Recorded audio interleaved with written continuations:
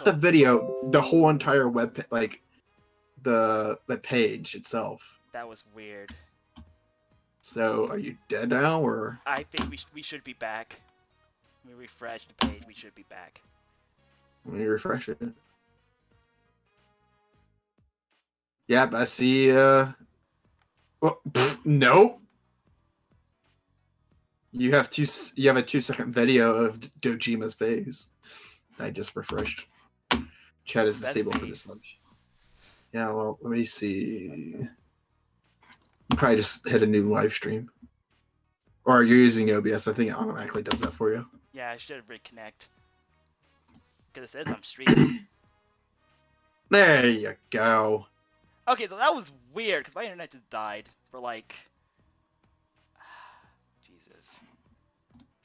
You had 4 people, and then they all left. They went as soon as my internet died. That is fantastic. At least you got the Yukiko fight done. Yeah, at least that was...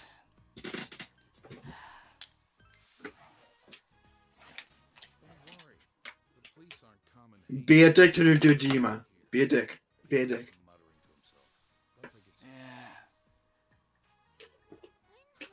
Be a dick. You're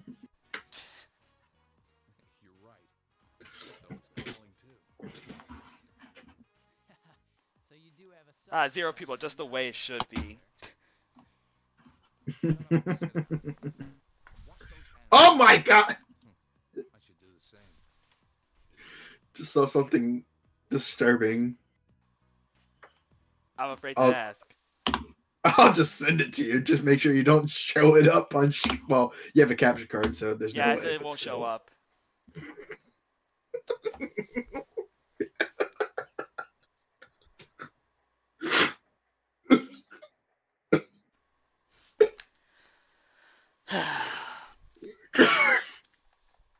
Why? I'm afraid to look. What the fuck?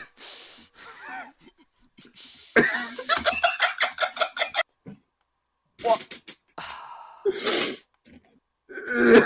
I that's definitely not showing up on stream.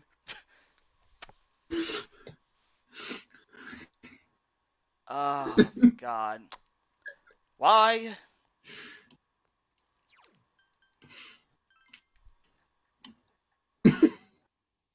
I see him on my TL, and the thing was, it was right on top. That's gross. Hey, did you know that staring at breasts daily can extend a man's life by 5 years?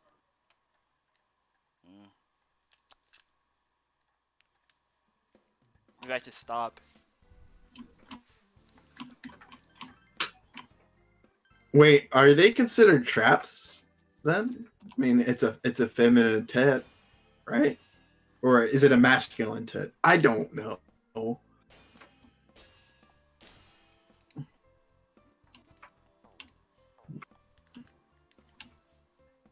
Yeah, maybe I should tweet out the stream again to make sure. Was that?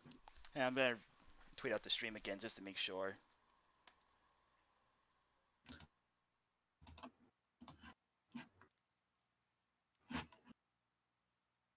Oh, sweet. 11 more modes. It's done. It's a feminine penis. Well, now we have to ask Kirby about Kirby6948. Are traps gay? The important question. It's not gay to fuck a trap. Why? It looked like a girl. But it has a penis. But it's not gay. How is it not gay? Because it looks like a girl. But there's a dick. See? Even Kirby agrees with me. This is why I'm gonna unfollow you. What?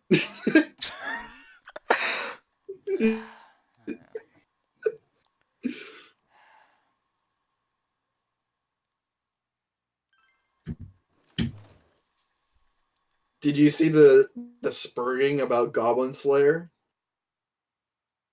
Wait, no, we talked about Yeah, we that talked last about week. that last stream.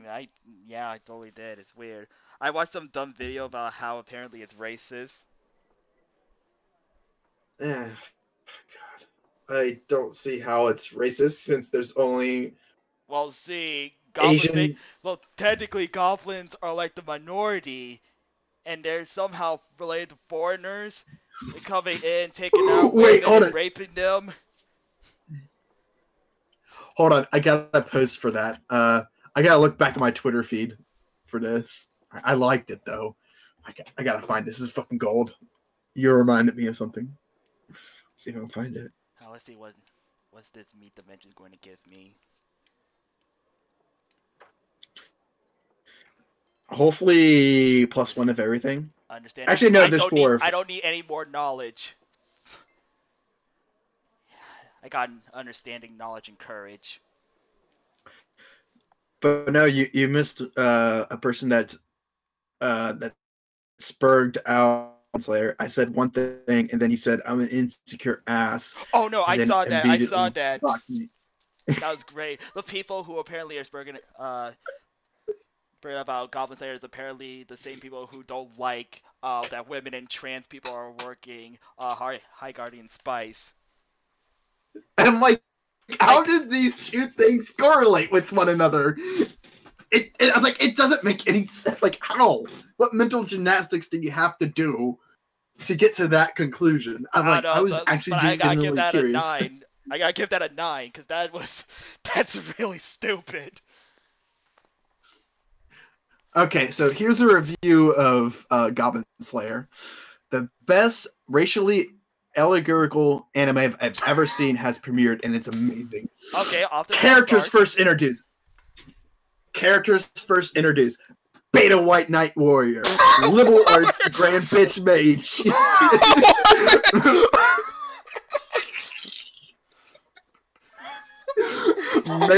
Mary Sue Monk. Innocent Aryan priestess. All of them are eager, unskilled, and novices. Aryan? Yeah.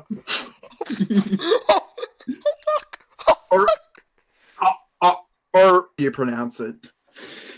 The story begins in an unexplained D&D adventure guild type setting. The little fucktards need a priestess to complete their party, so they pressure an innocent Aryan into coming along. The group ignored multiple warnings and cautions that they should be careful with fucking with goblins, whom you learn represent a smelly, violent mix of poos and Jews. The group merely wanders into a cave, boasting loudly about how easy it is to kill all the goblins and rescue the girls that they have kidnapped. As it turned out, the goblins represent a far greater danger than these liberal cucks realized. Within a minute, seeing a goblin White Knight Warrior is chopped to pieces on the ground, and Mary Sue Monk is literally gang raped by goblins with innocent Aryan priestess drags a mortally wounded grad bitch mage towards rape and an agonizing death. Sorry, I had to move my mic because I was just laughing. So good. No, this is only a screenshot. I haven't found this fucking review yet. I'm gonna actually look it up and actually read it. But you reminded me of it. Oh shit. It was an archive.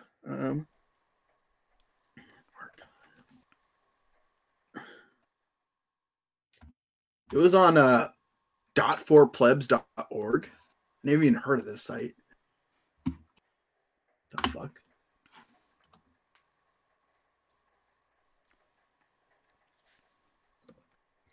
Let me see if I can find the original one. Because it cuts off at one point and like even more. Let's see.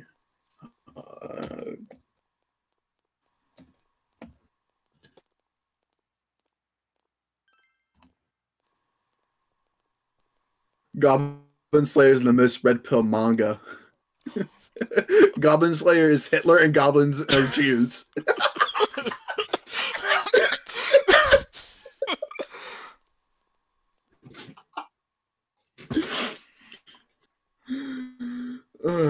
Oh man, this world is going to hell.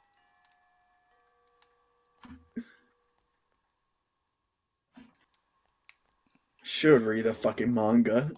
Apparently, it's more dark. Like, apparently, those 4 characters that die, they have a backstory, like a really deep backstory, and then they fucking die.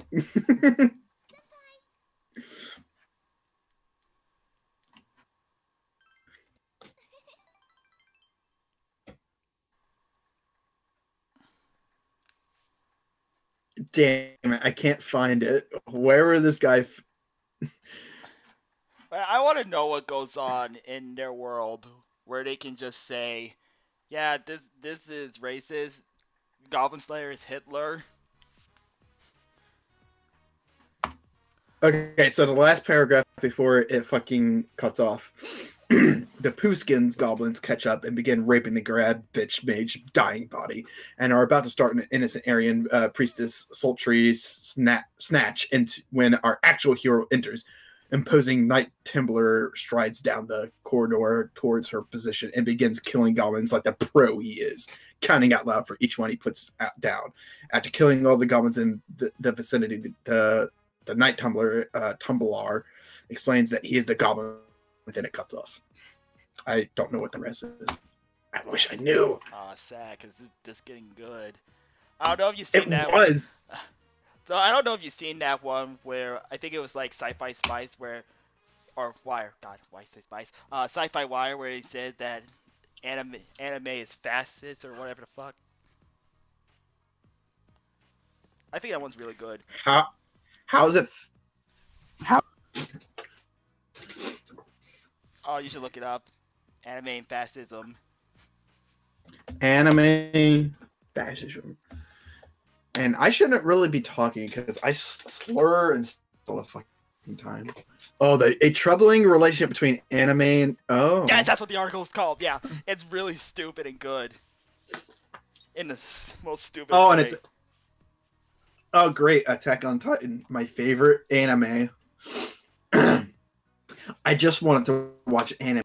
I wanted to watch a nice anime about people encountering gigantic fruit.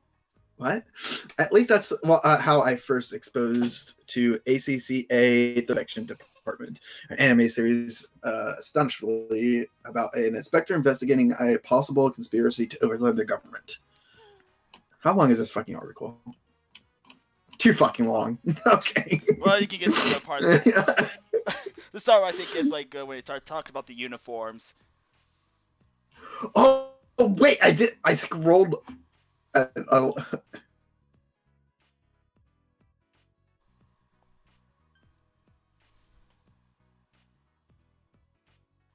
Okay. There's a Hitler thing in here. Oh, yeah. It gets good. It gets good. Oh. Okay, let's read the rest of this. When ACCA first popped up on my when it first popped on my social media feeds, the portrayal of fruit, enormous and appetizing, caught my eye, and food-focused anime is one of my favorite genres. Intrigued, I fired up my Roku, clicked on Crunchyroll app, and settled in to watch the first episode of ACCA. Well, that was your first problem. Crunchyroll. I struggled through the first episode, not because the plot was boring, it wasn't, or because the characters were bland. They were actually quite charming. My shallow hang-up was with the uniforms. Okay. Each government worker was clad in a black outfit, stylish and sharp with a hint of red near the shoulders, and echoing in SS uniform. This detail seemingly superfluous, I can't even speak, yanked me right out of my suspicion of disbelief and my enjoyment of the anime.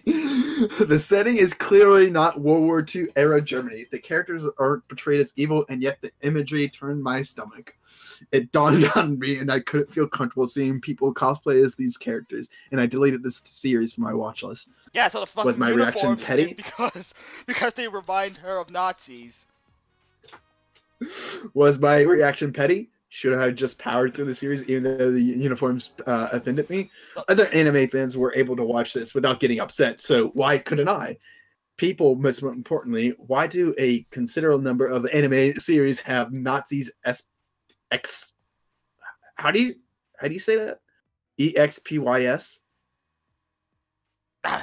I don't know. I don't think this person knew how to actually spell check most of the time. Well, hold on. I'm gonna. Is that even a fucking word? Oh, it's a special awards program that recognizes the best. What? It's a special award program that recognizes the best Northeast Ohio internships and co-ops and the people that make them great. What? I don't think you're even looking at the right thing. Hold on, let's just type in anime and see if that means anything. Just read the fucking article, dude. Hold on, I need to know what the fucking word that I'm looking at TV tropes. An XP short exported. Oh, it's okay. Is a character from one series who is unambiguously and deliberately based on a character in another of the series. Okay, got it. Okay. Deep plot, yeah.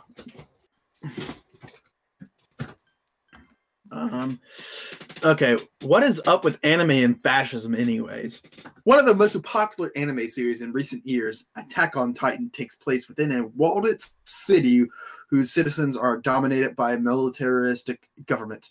Sounds like Donald Trump's wet dream. Main character Eren Yeager joins the elite army corps tasked with the destruction of gigantic, ravenous, human-like creatures like Titans. The government controls every aspect of life within the city and spreads the propaganda praising the military. Eren, seeking visions of his mother to the Titans, completely buys in all rhetoric. Attack on Titan takes place in a fascist state. There's Hitler. Full Metal Alchemist, one of the most beloved anime series, which I still haven't watched, is set in Amestris, a vaguely Germany-esque nation with, you guessed it, a militaristic government. I wonder if this person saw that Anna's Tanya the Evil, or is it Tanya the Evil? I don't know. Do you know what I'm talking about? No, I haven't. I don't know what the lolly girl. The lolly girl that's in the alternate universe, World War II Germany. But they kept on making, like, other people that watched the series for like 1 or 2 episodes thought it was like actual like World War II Germany instead of this alternate universe. I haven't seen it, but it sounds interesting. I'll keep that in mind. It was okay. I liked it. It was edgy though. To add to the fun, Mester's leader is called Führer Bradley. This connection is made moreover in that Full Metal Alchemist movie, Conqueror, blah, blah, and where the plot reveals that is an alternate reality, Germany. Even Hitler makes an appearance in a full-on anime form. The long-running series, Mobile Suit Gundam, known for constantly reinventing itself since the late 1970s, almost all protagonists sovereign states based on a gnostic World War II era Germany. Legend of the Galactic Heroes. Oh my god, no. Yep. She it's good. It gets good. I'm gonna throw this water bottle across the room, aren't I? A Legend of the Galactic Heroes, a Japanese novel that's in multiple anime shows, also contains a similar government called the Galactic Empire. Okay, I guess they say the one thing. Italia, I still haven't seen. Axis Power portrays a group of anthropomorphic... Well, not that, but it's too long of a word. I'm not even going to try to say. Countries with a sympathetic, long-suffering Germany as the main character. Did you know that Japan actually really did like the Nazis? No way! I can't believe it. That's so weird. That's why they were in Persona 2. That's why they're in JoJo. That's all I can think of. It's bad enough when these blonde-haired, blue-eyed, Nordic-featured characters are paraded about. It's even worse when these themes are packaged alongside overly cute moe girls. Girls on Panzer is one of my personal favorite anime series. Okay. Oh, I still haven't seen that. Get ready, because it gets dumb later. It gets dumb around here. It depicts an alternate world where simulated tank warfare is a treasure sport for young women and high school girls participate in a multinational competition to destroy each other in a sham combat. It subverts the idea of a masculine military, but the ragtag high school group, the one you're supposed to root for, use a Panzer for a World War II era gun tank.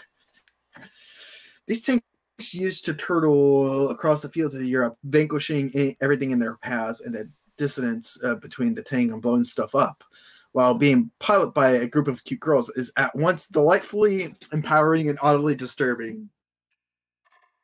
I still enjoy the heck out of it because the female friendships resonate with me, as does the blowing stuff up.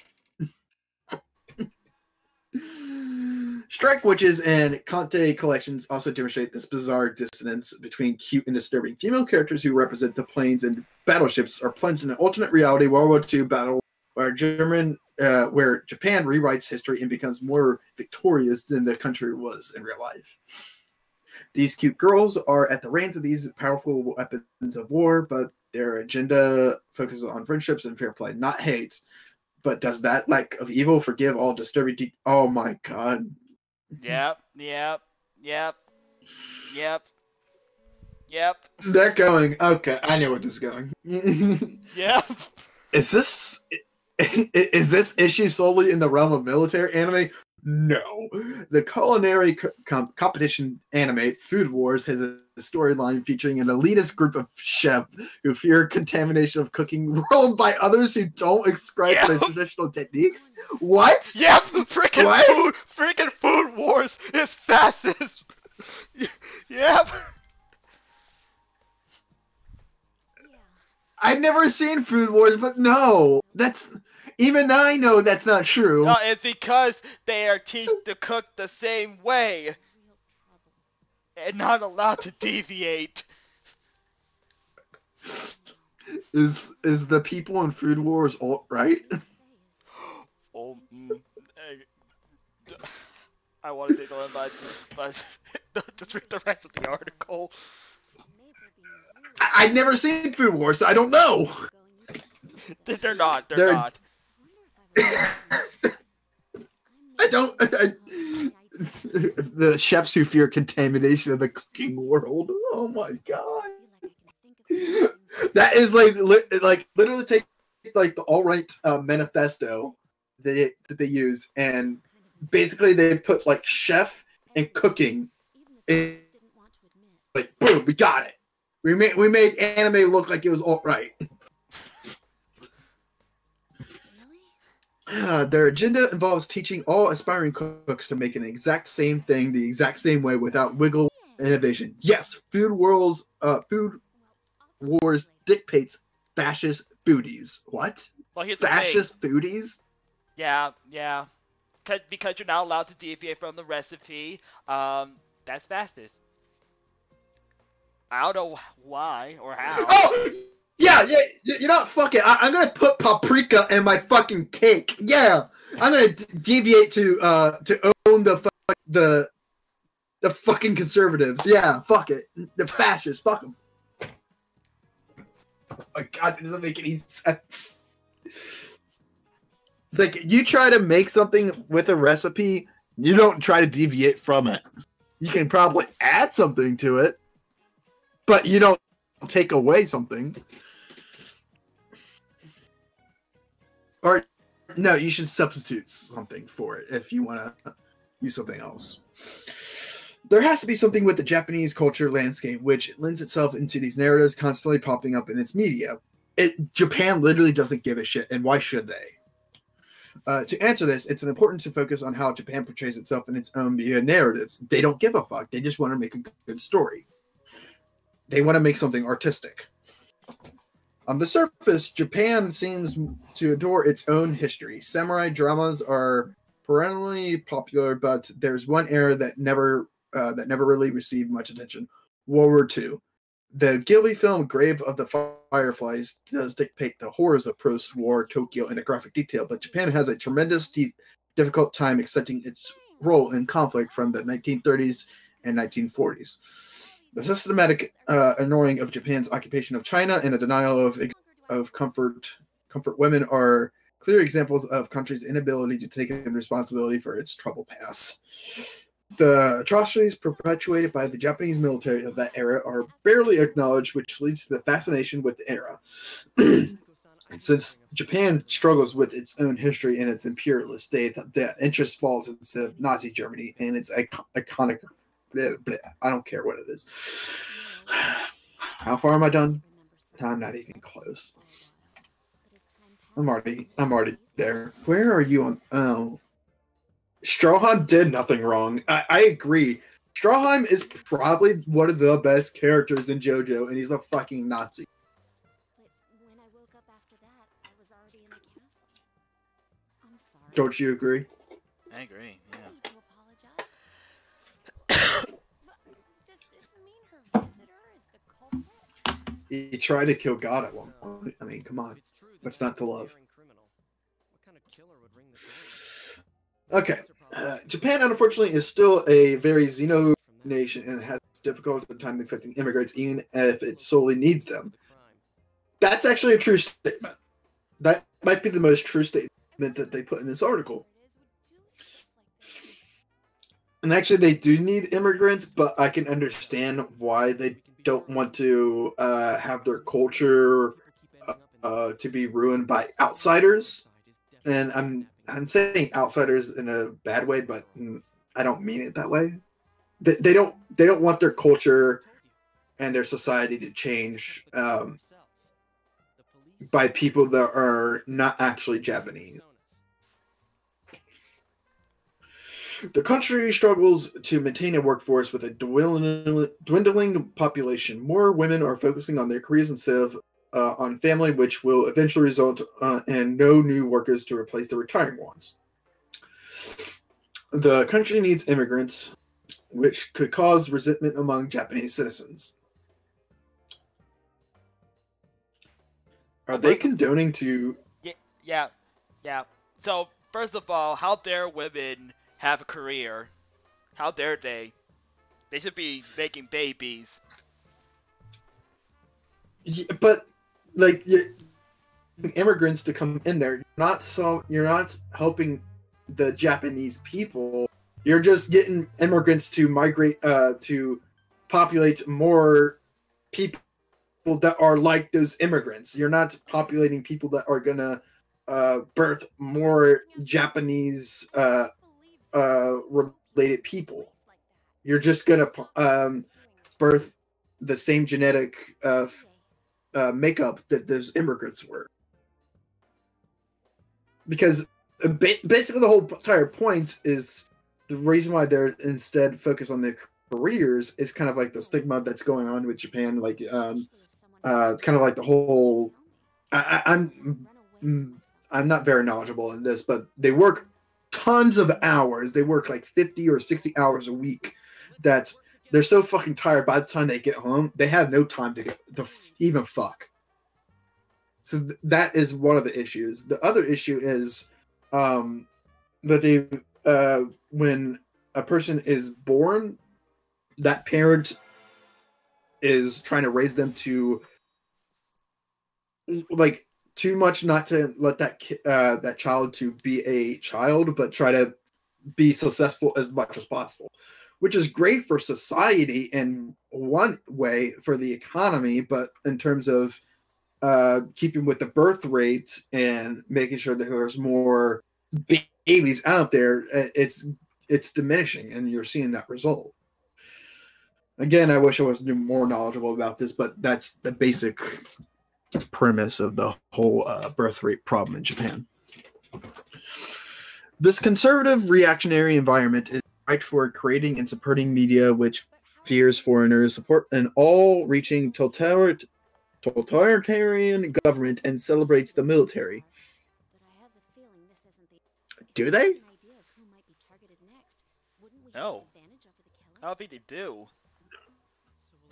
I mean, they have the SDF, which is, I mean, like, if you want to call that the military, I wouldn't.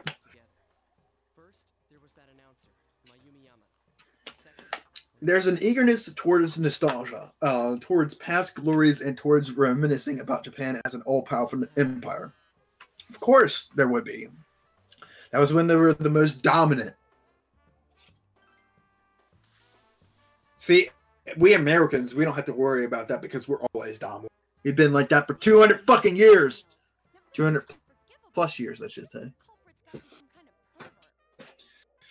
Japanese society evaluates and praises women who are submissive, delicate, and willing to, I don't even know what that means, to exqueeze to men in all things.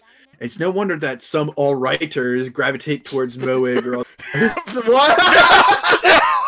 That's what I was talking about. Them damn all-righters and their moe anime girl profile pics. Okay, first off, how dare you put me in the same autistic group as the alt-righters? Second, Kaede and Haru are not moe, so fuck off. It's no wonder that some alt-righters gravitate towards moe girls as avatars to depict of some sort of girl that they want instead of these uppity feminists. Yeah, who would want a feminist girlfriend as a GF? My face went no feminist GF. Like, look at the definition of feminist and then tell me, are they really excited to be around men? Are they? They don't. Anime girls, well, I should say today's feminism. Maybe if you're talking about 50 years ago feminism, yeah, that's fine. That's fine. So much. Not this third wave stuff, right? That's going on here. Yeah, that was first wave feminism, where they actually had reasoning and points to be upset about, like not being able to vote, not being able to work. Though I've heard theories of why women should not work again, but I won't go into that. Down. I mean, honestly, this is just me personally. If and when I say if and when, but if I ever find that special girl out there, I would want her to not work. I would not want her to get stressed. I don't want her to worry about anything. I want her to just be able to take care of the kids, do whatever she needs to do around the house, because I feel like that is probably what helps the relationship, not only between me and her, but the whole entire family, is that she's like a working home mom. I've seen many couples that have 40-week jobs, and when they get home, they kind of hate each other. So I think like when you bring that work environment to the house, you're kind of like bringing that environment with you. And if that environment at work is negative, then you're going to be negative to your spouse, and you're going to be negative towards your kids. You're going to be not very happy. But I would say that the people that were in the 50s and 60s, God, what was the terminology for those? I used to remember all this, but those type of families. Nuclear. Nuclear families. The nuclear families where they're most happy. And you're seeing a high divorce rate as of now, where it's exceeding beyond 50%. So it's kind of like saying, like, why even getting married? Why even get married? There's a good chance I might get divorced in about 10 to 15 years. And I think that might be a precedent. I still don't agree with it, kind of, in a way, but like personally, like if I'm making like almost $250,000 a year, then I'm gonna ask my fucking wife to not work. There's no need for her to work. I will be able to bring anything that the family would want. There's no reason for her to work. I don't even know where I left off. Dang. This has been a great talk about Persona. I mean, what is there to talk about? It's just I don't know. I think we just got way off topic with that article. I think after since the stream crashed, we just fucked around and stuff. I mean, you're just in fucking Junez, and they're just talking about Connect Yukiko. We don't know. I was just put in a bag, and then I was just next thing I knew, I was in this fantasy world where there's a castle. You know, it would have been good if she actually said that she saw Adachi with that woman. That would have been nice. Well, you know what? I'm gonna defend Yukiko here. She connected one another. It happened about a month ago, almost a month ago. How would she think like? Oh, well, Adachi saw that woman. Well, she knows that she's a police officer. So, like, they're in a small town, or area, and in that type of environment, you kind of like trust everybody that are around you. Which is the theme of this fucking game, because it's like the theme of this game is like truth and lies in a way, and like seeing the lies in between the fog. Dude, this game is actually deep. Okay, yeah. I'm just saying. Oh wait, hang on, because I think a really good typo is about to come up soon. A really good typo. Typo? Yeah, there's a typo in this game that's always stuck out to me.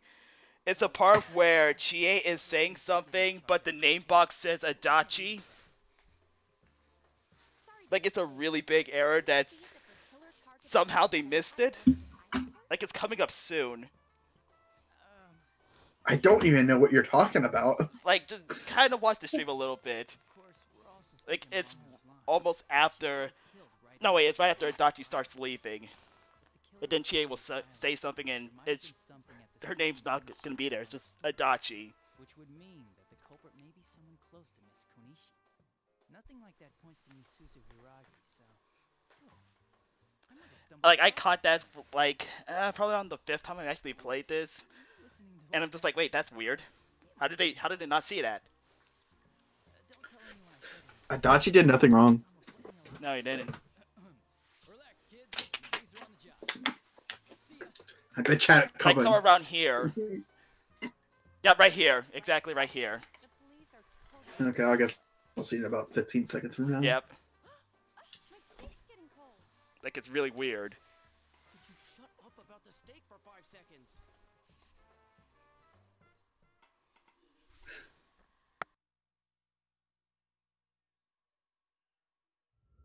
The steak. That sounds good right now. I need steak.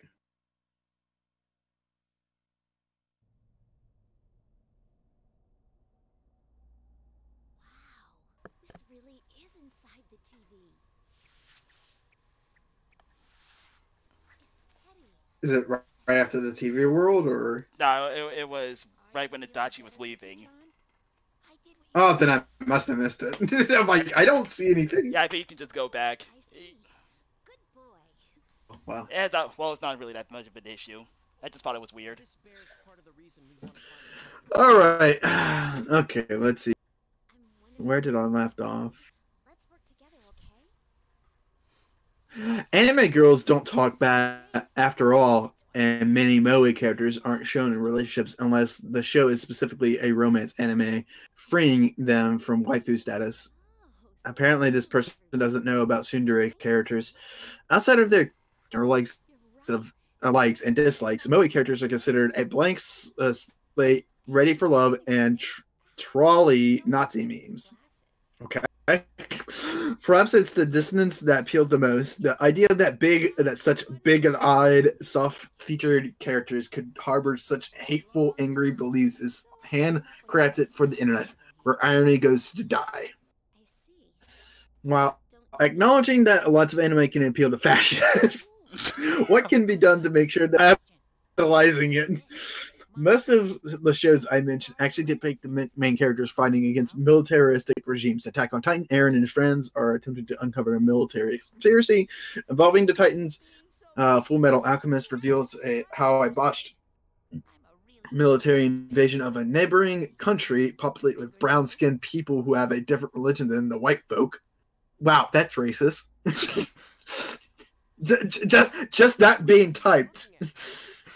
You could have just said black. All you could have just said was black people. Shows government corruption. Fascism in anime becomes a problem when fans glorify and emulate these clearly evil characters. After all, there are tons of Stormtrooper cosplays among Star Wars fans, but do any of them actually believe that the Empire was right? I don't know. Have you seen the new Star Wars? Actually, good point of why these people are right. Maybe that's not the greatest example. It sure wasn't. So, is there any need for the ACCA characters to be in these uniforms? No. The uniforms don't seem to be involved in any plot points, but the setting is in World War II Germany. If they put different uniforms on, it kind of takes away from the World War II setting. Big brain. But why have it at all? Why even attempt to, when the imaginary might, as it did with me, conjure up negative connotations because you went through mental gymnastics? Holy shit. It only seems as if the manga created just like the aesthetic, and perhaps like in those memes, there's a fun sense of irony in the distance between sympathetic characters and the SS-esque uniforms. But irony in this current political climate is dead, and such fascist ideas should be called out because there's an extremely fine line between a troll and a true believer. Ironic racism is still racism. Ironic fascism is still fascism. What?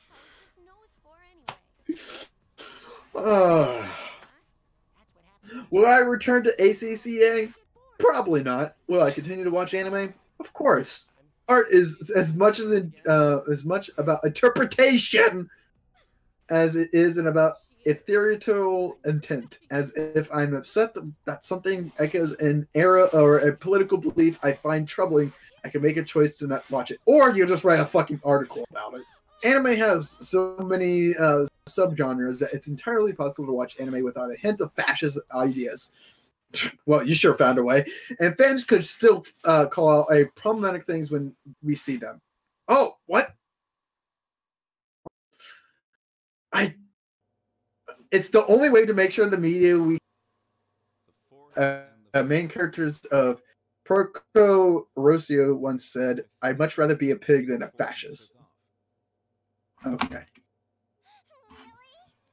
Don't forget to read the comments. God, wait, there are none. Why did it? Oh, what?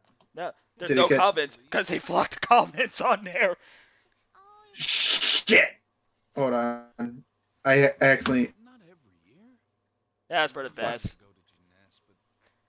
No, I hit the I left the fucking stream. Oh, sad. Not only have like 3 people, which is surprising as hell. I was gonna read the fucking chat for a bit and to see if they said anything, and I'm sure it's just Kirby again. It's probably just Kirby. Yeah, it's just Kirby. I just looked over. Sad. Really sad. History. There we go. Yeah, it's fine. It's 3 people. One of them's probably me. Looks like Nanako wants his audio. I would need to move that Persona 4 game. Shit, where did I put that at? Yeah, good idea. We're always eating side dishes for dinner. But I can't cook. There we go. Nanako's not good enough yet to make them by yourself. Well, it'll work. That's what we get for.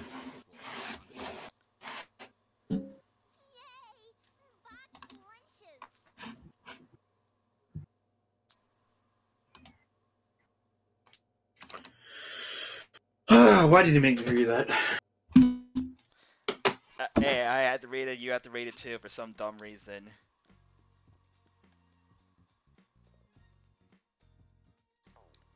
I'm glad that we were able to talk so much.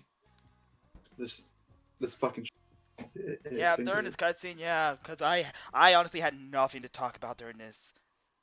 Because God, and we're in May finally. Oh wait, did you hold on? Let me see if I can find it. I want to tweet it, not tweet it, but message you on it.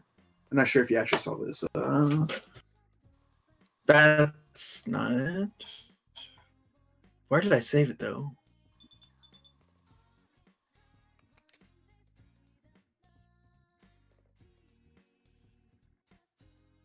It's a Funimation thing. Oh, good, good.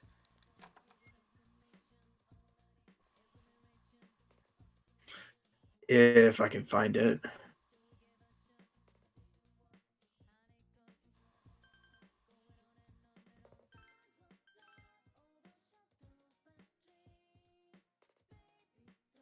God, there's so much I have to go through.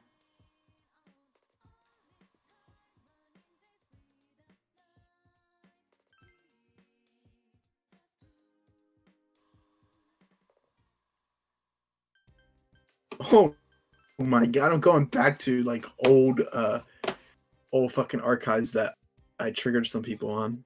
Like I triggered people about wrestling last year. Holy shit, I forgot about that.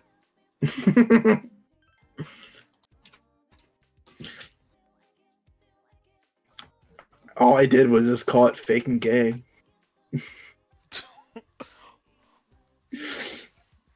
That's all I did. Then I just had this guy coming at me, and we were going back for days. It wasn't just like a few tweets in one day. It was like literally a week going back and forth. And surprisingly, he did not fucking block me. I was shocked. Okay, let's find this fucking. It's a Funimation snapshot. I think you'll like once I find it. Holy shit!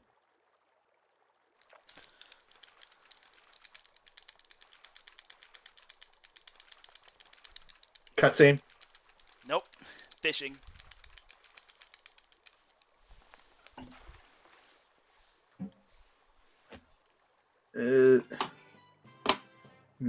Nope. Hold on, I gotta find this. Wow, I didn't realize my diligence was that low. I only caught one fish and now I'm going home. Get fucked. So I don't think that was worth it. I fucking save scum when I fish. Yeah, exactly. Plus the item I want is not actually here. I think that's in June. Sad.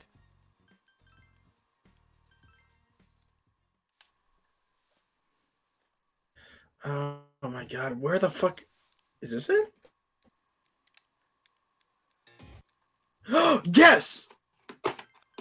This was a tweet that Funimation made. So. Hang on a sec. Oh wait, no, I'm sorry, not Funimation, Crunchyroll. I'm sorry.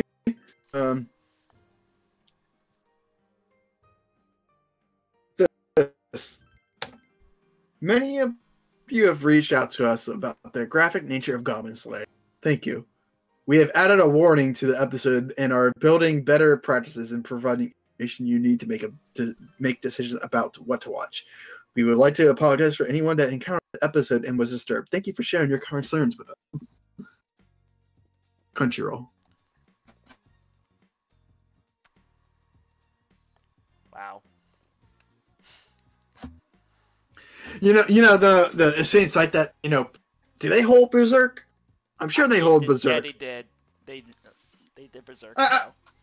They didn't get made in Abyss because they don't know what a fucking good anime is, and they couldn't get the fucking license from it, so they got cucked by fucking Amazon by it, or was it Netflix? It doesn't matter. They got cucked either way.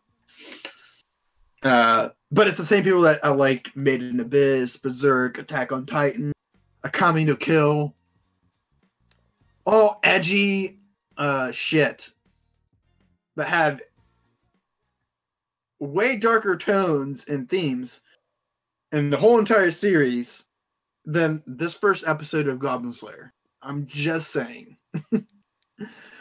And this whole entire week that I was reading people's like fucking comments about fucking Goblin Slayer, I was so tempted to fucking write a script about it. I was gonna get off my lazy ass and actually type a script.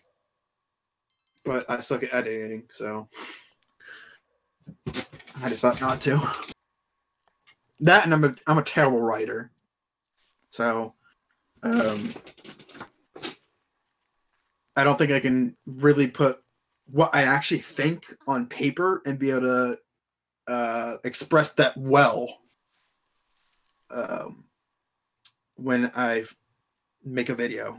So I think people are just too uppity about one episode. I think the episode, like the first episode was okay. It wasn't great. It was bad though. People are just overreacting over nothing. But I'm definitely seeing the new episode tomorrow. So Yeah, I mean, I don't think I would have heard about Goblin Slayer if it wasn't for that stupid outrage that happened. yeah, it was literally Jeff Thu, the fucking Mother's Basement guy. He was like, "Oh, it's like trash," and he went through like he gave it like really generic reason. Like all I heard was it was trash, and like and nothing else. They didn't even say how or why. It's just it's trash. Right. Like, okay. And then I'm like, okay, I'm gonna see what the fuck this is. And then I'm like, oh, people are just overreacting about one fucking scene, and I'm like, it's not even that dark. I've seen way worse. I've watched Berserk. I haven't seen Berserk, but I know about Berserk. Rape happens. A lot of rape. I know, but Made in Abyss, that's a fucking more dark of an anime than that first episode. And people love the shit of that show. And the worst part about it is it's about fucking lolly characters. So I'm just saying.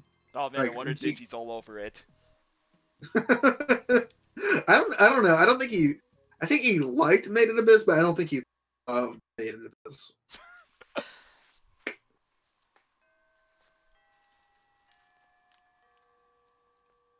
He already made his fucking SAO video, and he's like, "Oh, I'm going to do it weekly." So I looked at it and like, oh, it's 4 minutes long? What? And it's like a 2-minute fucking rap that he makes in the beginning. I'm like, oh god, this is fucking obnoxious. What? Oh yeah, that's why. I completely forgot. Okay.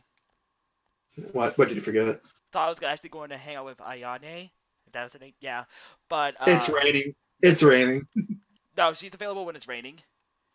Except what? Yeah, she's available. Like, culture clubs are available on rainy days. Oh no, I'm thinking of the sports clubs. I'm thinking of the sports club. The sports club is like, even if you do basketball, it's like, yeah, we can't do anything because it's raining. Yes. Why? I don't know. It's not like we play basketball outside. We just can't. I completely forgot because midterms are coming up. Are you? I am informed. Are you? I'm informed. So is that rank 2 or 3? That's rank 2. So I should be good on getting a good grade and getting money from Dojima. Rank 3 gives you the best. Yeah, rank 3 gives me the best, but I'm pretty sure that rank 2, or at least either like mid or a high rank 2 should be fine. I mean, this early in the game, yeah. I know after that you want to be rank 4, and then on the final one you want to be rank 5. You definitely want to be rank 5 before the test because where Nanako's where she sits, has that special item. So fucking good. Great item. That's the one that gives you +5 to all stats, right? Yes. It's either +4 or +5. I think it's +5. It's like it's called Nanako's Charm, I think. Actually, let me look that up. And magically, it's there.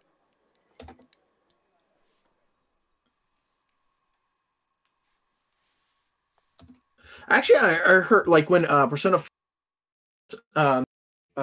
rumors that Nanako was going to be in the game. Like she was going to not necessarily be the main character, but might be one of the like main characters, like part of the party.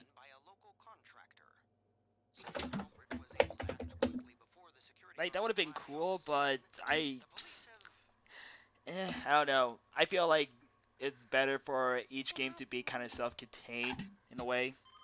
Yeah, kind of like its side thing, and it's not really related to one another. Hello, Dad? Okay, let's look at that equipment. Yeah. Okay. And Nanako is about to learn about disappointment in life. Well, she faced that every day. It's with her dad. He said to give you the phone. Is that too Well, harsh? after a promise. Take those days off.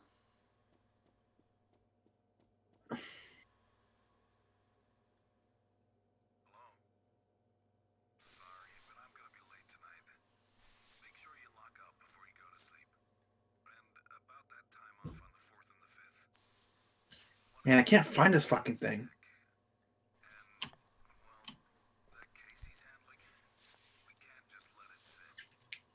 Looks like I'm the only one who What the fuck? There's a wizard badge I didn't know about? Wow. Okay, that's a really rare item. I didn't even know. I never got the item. It's +7 SP each turn. comforting her for me. It's just Invigorate plus Invigorate 3. No, the one that we're thinking of is the Aruro Brace. And it's on the Magatsu Mandala. I'm guessing that's in a rare chest. No, let's see. Who do you need to... Oh, the material. You need... Okay, it's material. You need 10 torrent gear. Well, I know that's not gonna happen this playthrough. Oh, yeah. It's called Paper Armband, given by Nanako. If you get first place in the exam on this one, it's +5 strength. I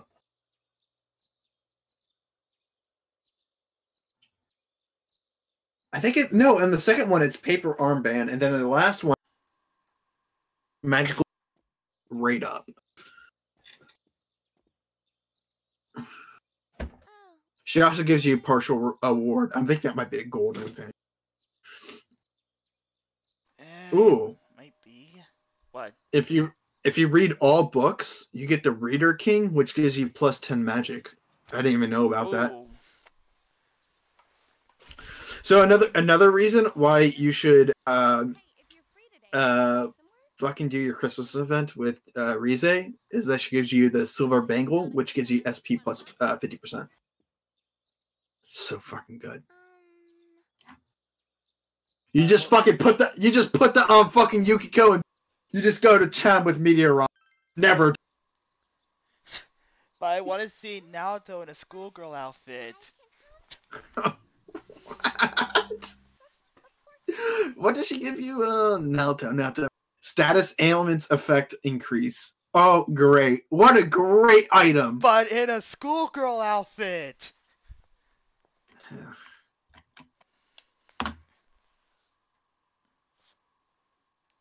That's better, right? No. Naoto's a bad character, just saying. Well, we're talking about stats, vanilla, yeah. Why'd you bring poor Nanako-chan to No, I the mean, house just on Golden bad Week? character in general.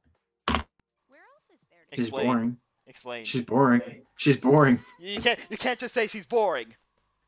No, like, okay, she's like, oh, I know and I'm so methodical about everything I say and do. I'm like, okay, cool. I'm like, well, you're kind of like an annoying bitch. Okay, cool.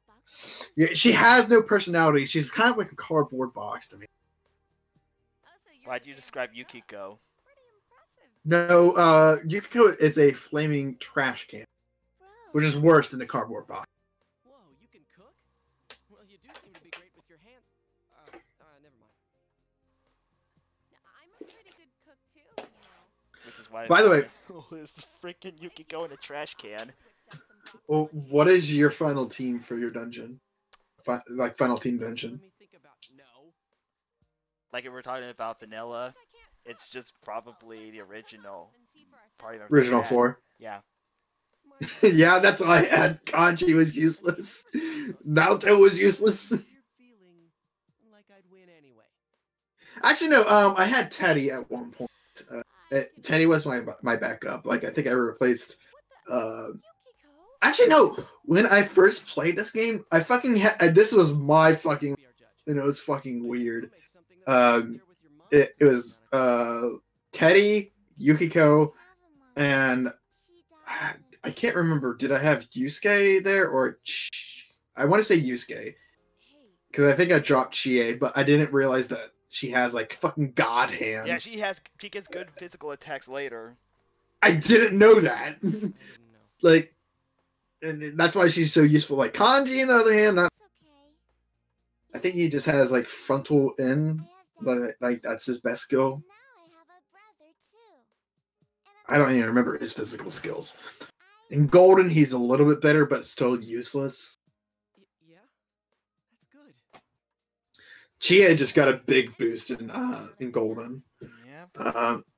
And then Yukiko got a big boost because her one skill does almighty magic. Almighty magic.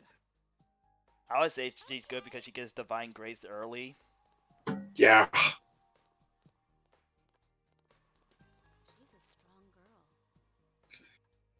And I think no, Yusuke has a fucking move that his special move in Golden is really fucking good. I can't even remember what it does, but I loved it. I've used it a lot.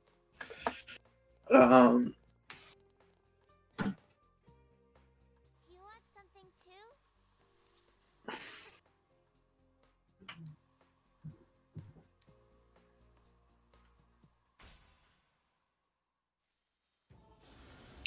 How much do you hate Yanako?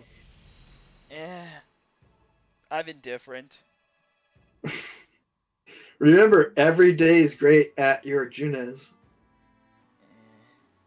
I have the Japanese version of that stuck in my head. I never really listened to that until Persona 4 anime. Nanako Dojima is now rank 1. She will now take a mortal blow for you in battle. I remember when I first played this, I'm like, oh, every social link I have, they're partner TV. And I was like, looking at fucking Dasuke, I'm like, when are you going to come with me in the TV world? When are you going to come in the TV world? And he never does. I'm like, what the fuck? I thought he was going to be like, use the soccer ball as like a, like.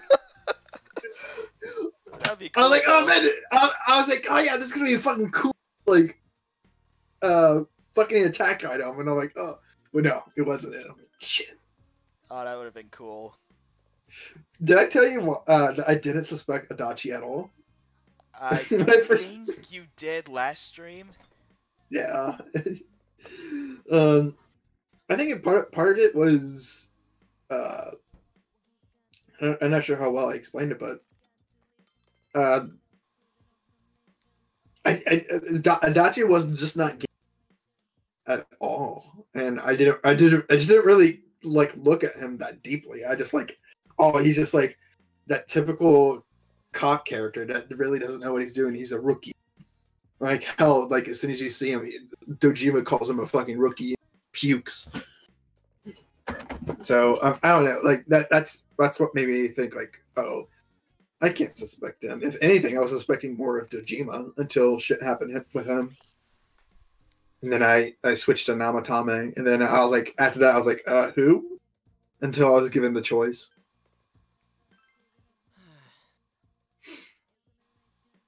Speaking of choices, with the Persona 5, should we talk about spoilers with that, or do you not give a shit?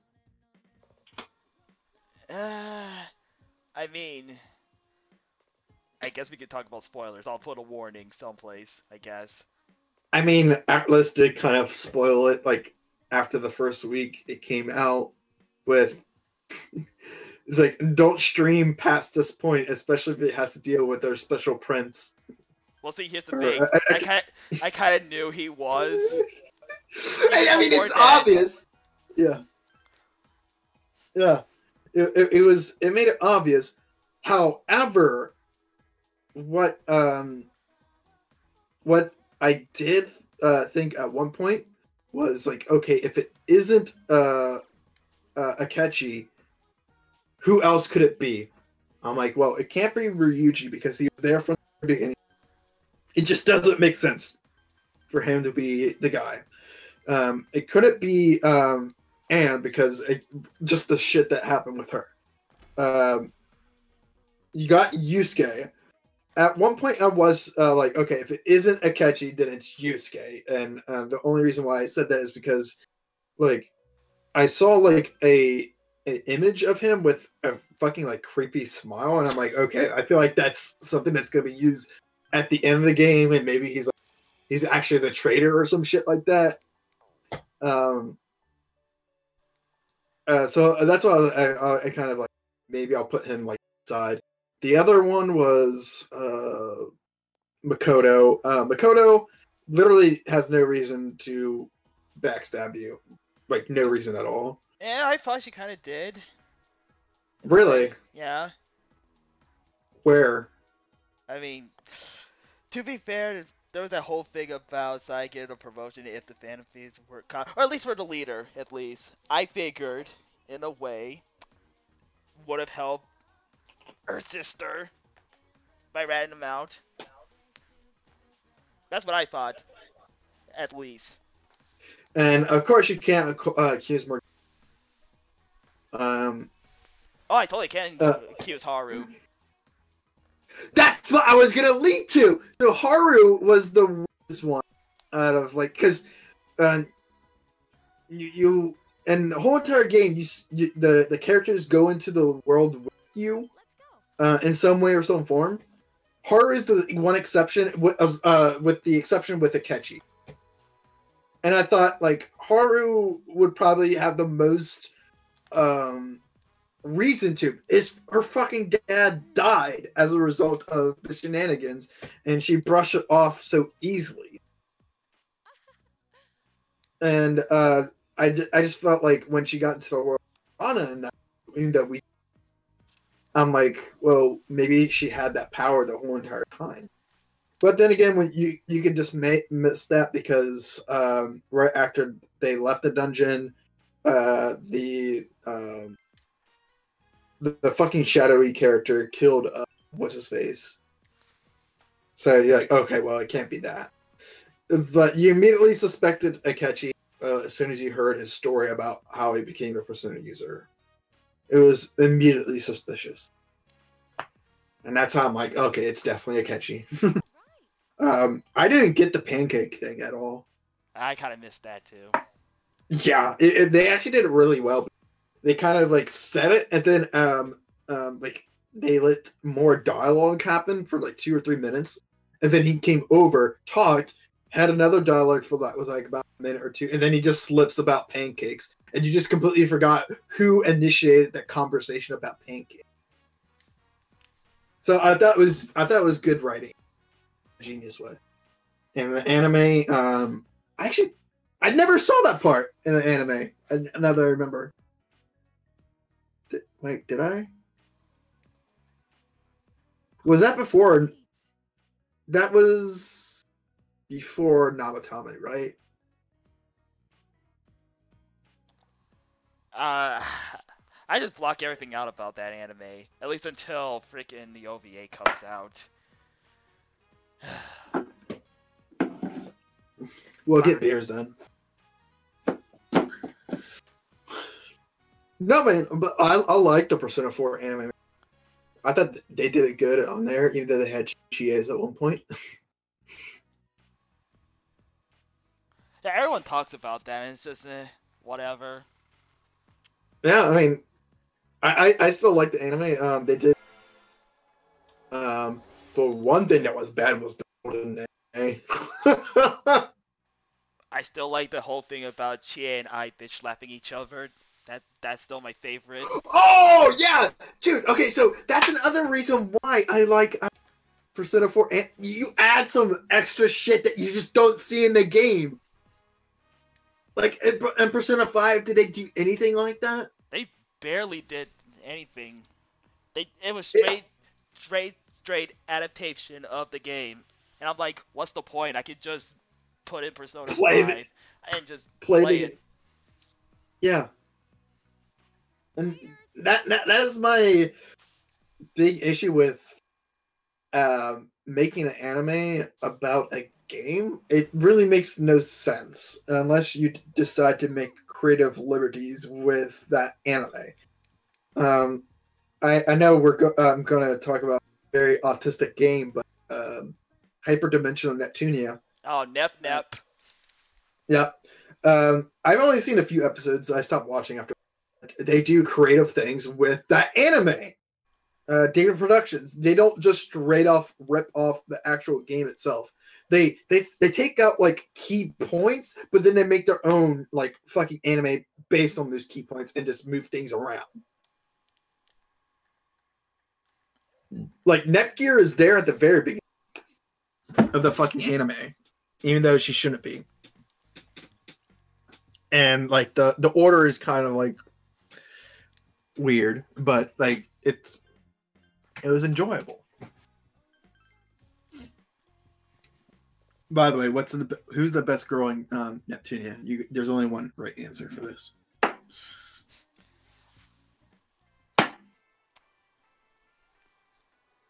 Man, I don't know anything about Nep.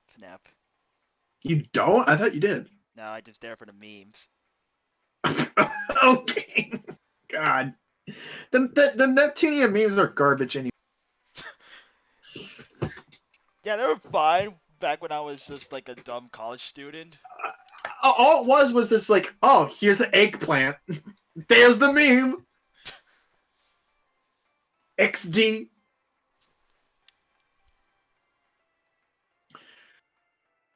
Now, but have you played the Neptunian games? No, 1 and 2. You played 1 and 2? Nah, I haven't. I haven't played any. Oh, I mean, they're very easy games. And in terms of plot, it's very dumb, but they're funny, extremely funny. I think there's a Nep game that's on PlayStation Now, and for some dumb reason I have a subscription to it because I'm too lazy to actually like buy a game. It's probably one of the Rebirth games. It's probably. I would say skip 2 because it's entirely pointless, even though it's about Netgear. But the thing is, like every game afterwards, they shit on that fucking game so bad. Oh, so they're self-aware. In a way, because Netgear is like, why can't I be the protagonist? Game when you're a protagonist, and she's like, yeah. How did that turn out? Oh, yeah. It's like, yeah, that's what I thought. It's like they basically said nobody liked that. They're extremely self-aware of their audience.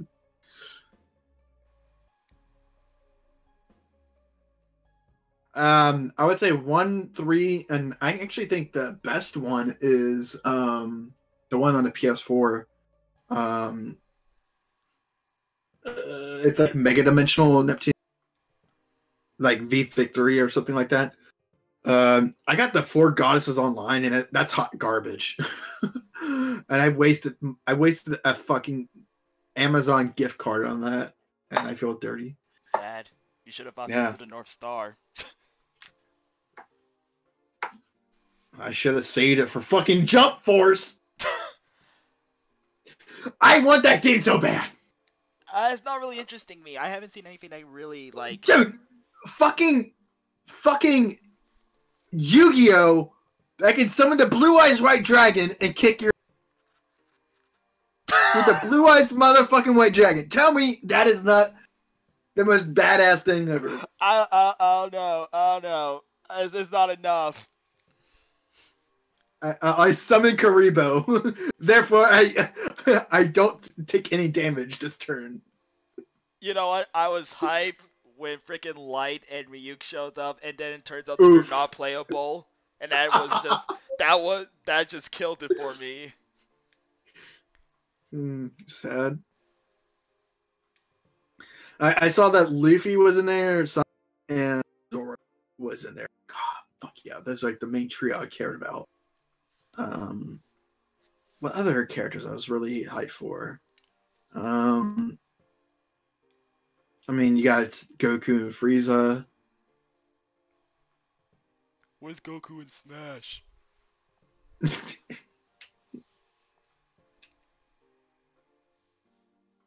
I hope Sakurai just does it. Just does it just to shut fucking everybody up. He says, it's like, I'll never make another Smash game again. Fuck off.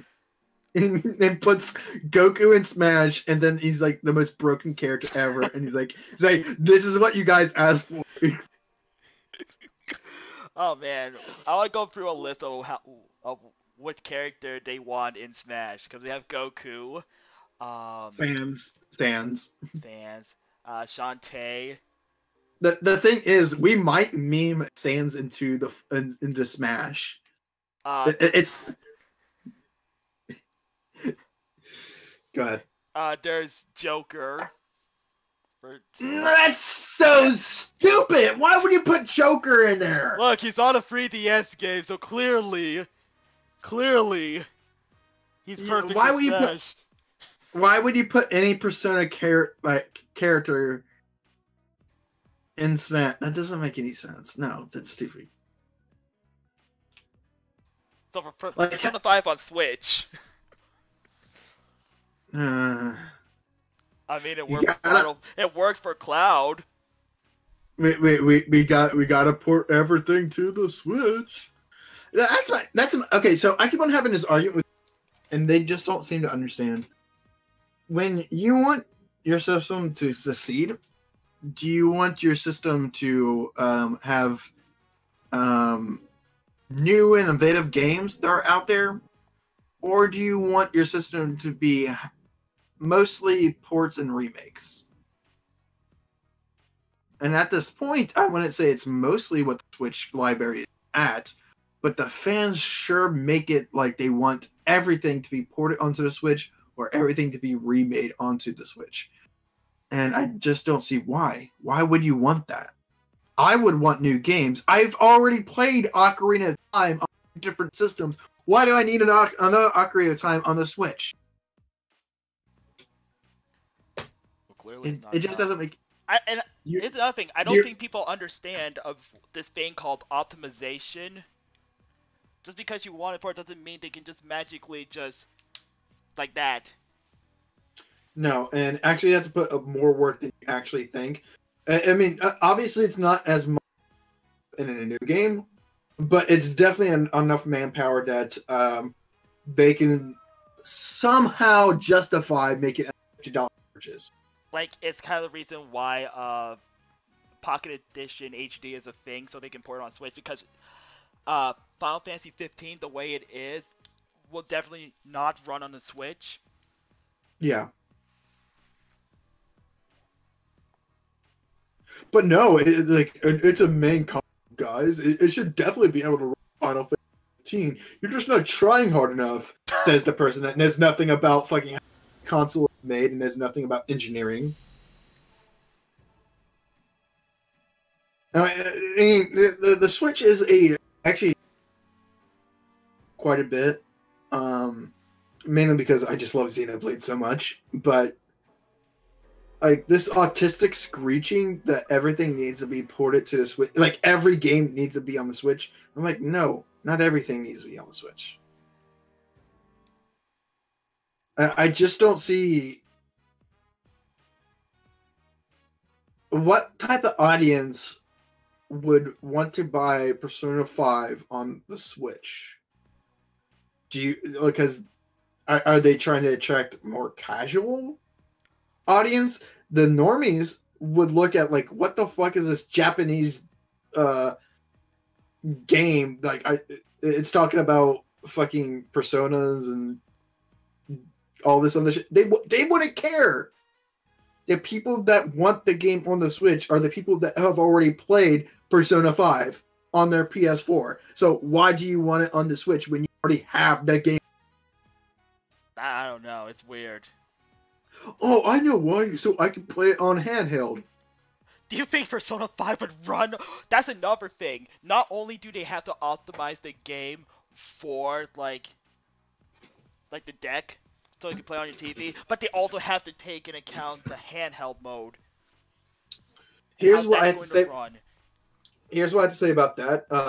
Based on how Persona 5 is run, they can basically port the PS3 version onto the Switch if they wanted to.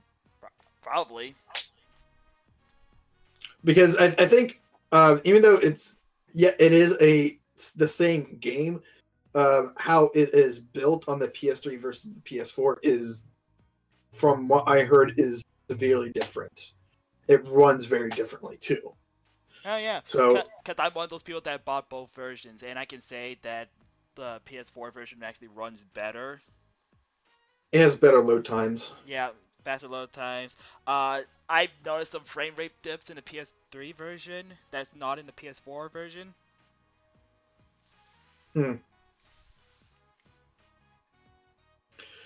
So that might mean the PS3 version is stable for at least some parts. Man, I remember buying the PS3 when they were like, "Oh man, we're making Kingdom Hearts 3 and Persona 5 is going to come out." I'm like, "Oh great, I'm gonna play on my PS3." And then it comes out, it's gonna be on the PS4. Faggot. I'm like, "Fuck you." Well, at least one of them was still on the PS3. Technically. The Switch is the Vita killer crowd. Yeah. Well, the Vita died. The Vita died because of poor marketing. In the West, in yeah. Japan, it's a fantastic console. It's actually a vision. That's why it's a visual body's coming out. The Vita is actually a good visual novel type of system. A lot of visual novel games are on there. Same thing with the PSP. Actually, the PSP was kind of ahead of its time when it first came out. Yeah. If I remember correctly, the original Danganronpa was on PSP. It sure was. Hey, do you want to hear about the story of me trying to get Danganronpa over to the fucking West? Oh God, let's hear this story. I can't wait. It's not really an interesting story, and I would say I didn't play any part into it, but I think with what happened in the Something Awful forums, like back in like 2012 and 2013 with God, I can't remember his name. Arun. I can't remember his name, but he did like a translation of like, the Danganronpa 1 and 2. And like the Spike Chunsoft saw the market for that. They saw like a lot of people enjoy it on that website. Not only from that website, but like creating memes of it, like outside that website. That they decided to like finally localize it in like 2015. So like spreading that around throughout the internet when it had like a very small crowd of 10,000 people was when Danganronpa was really fun, and now it's just not that fun to be around with because people made it worse. Yeah, like spoiling the shit out of stuff. Spoiling shit and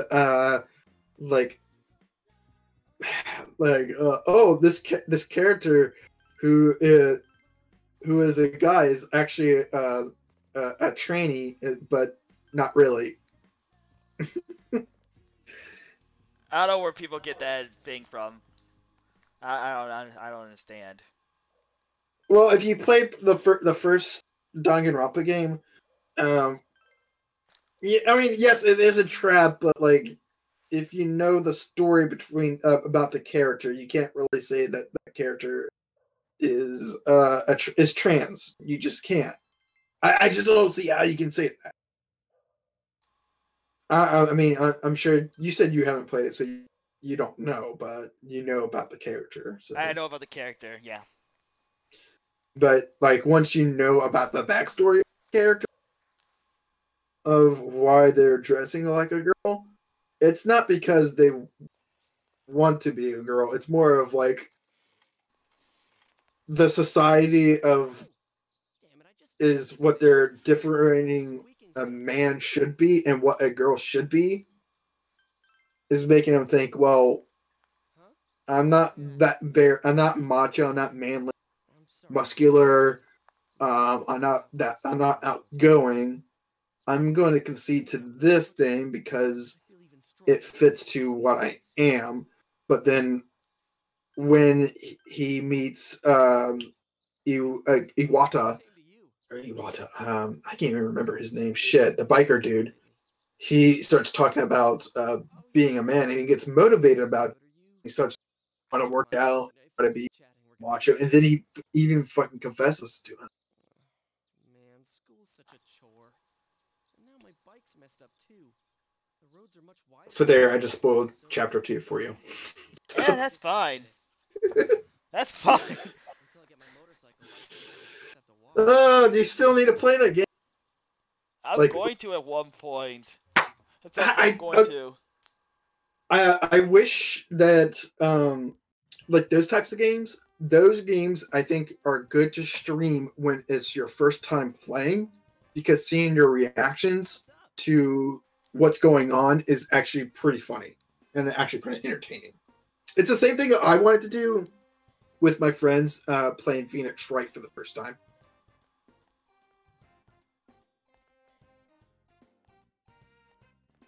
And I don't know if you know anything about Phoenix Wright, do you? I don't know. My ex played it. I'm not too familiar with it. Well, it's it's a fucking series, except for the last few entries. But seeing the reactions of Phoenix does in court is just fucking hilarious. Do you know about the meme Phoenix Wright? No. Well, do you know about the meme that he calls a parrot to in trial to be on stand? I listened in on the Nope. housewives gossiping at Juness. That's not even the worst part. And the fourth game, he calls it Orca to the stand. Wait, what? Yeah. He calls it Orca to the stand, and it makes sense narratively. We shouldn't relax as long as They made it make sense. I wonder, will someone show up on TV again if it rains? If we only knew a little more about who the killer might be. It's no good fretting over it now. If someone does show up on the Midnight Channel, then we'll deal with it. It's supposed to start raining soon, but I hope this weather holds through next week. You know, midterms. Yeah, Man, Steins Gate is such a Kino fucking show. I wish I had Yukiko's gift for studying. Oh man, You know. they removed something from Senran Kagura Bursary Renewal. Why don't you have Yukiko Sad. take some What of the is? material with What you? is? Okay, they removed intimacy mode from the PS4 version. Sad. At the top on every exam. Maybe I should ask her for some private lessons. On what game? Senran Kagura. Private lessons? Oh, I don't know anything about that. So, Yeah, it's really good. What's wrong? If you like titties. I do like them titties. Ow! What was that for? I'm just asking you to help me study. Oh, I'm sorry. You were talking about studying. Is that like a JRPG game or what? No, it's sort of like a Dynasty Warriors kind of thing where you, Oh, it's then no thanks. it's you Not- versus like a group, Sorry. and then you get to the main person, and it's just a battle to see which. Thanks a lot, Chief. Well, Bring you out the basically whole beat studying each other's thing. clothes off, essentially. What did I do? Not interested. As soon as you said, Wrong. Private lessons, huh? as soon as you said it was Dynasty Warriors, I'm like, nope, fuck that. Do not care. Oh. I should You know what's one game I never really got? Monster Hunters. Oh, I think I played like one Monster Hunter. It's just, and it was for the Wii. That's Monster Hunter Try. I got that like the demo.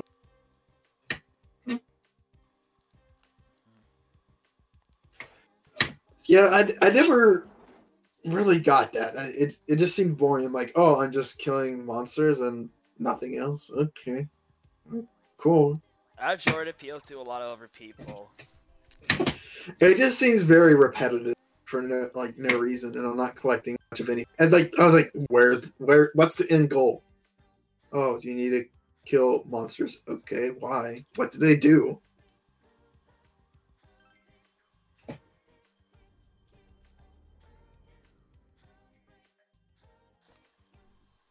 You know what? I think that's what's gonna happen next year or two with Nintendo. I think they're gonna fucking Hyrule Warriors onto the Switch with like all the DLC. Didn't they do that already? Did they on the Switch? I think so. They did that with the 3DS. I think it's the definitive edition. I think that's what it's called, or something like that. Am I just hold on? Oh.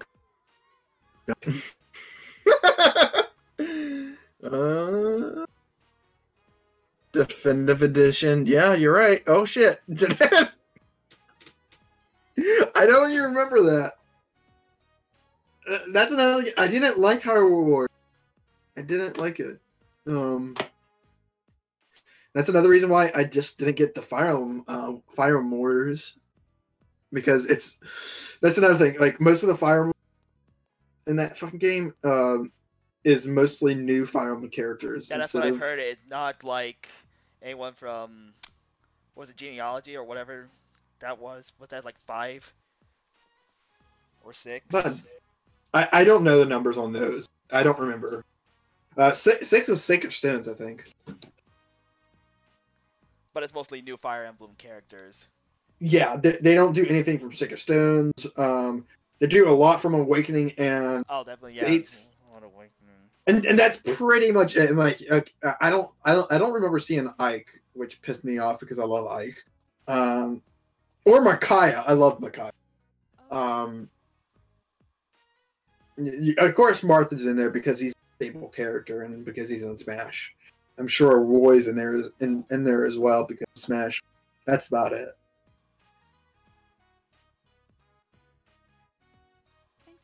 Oh, great! This fucking kid. Yeah, he's great, isn't he?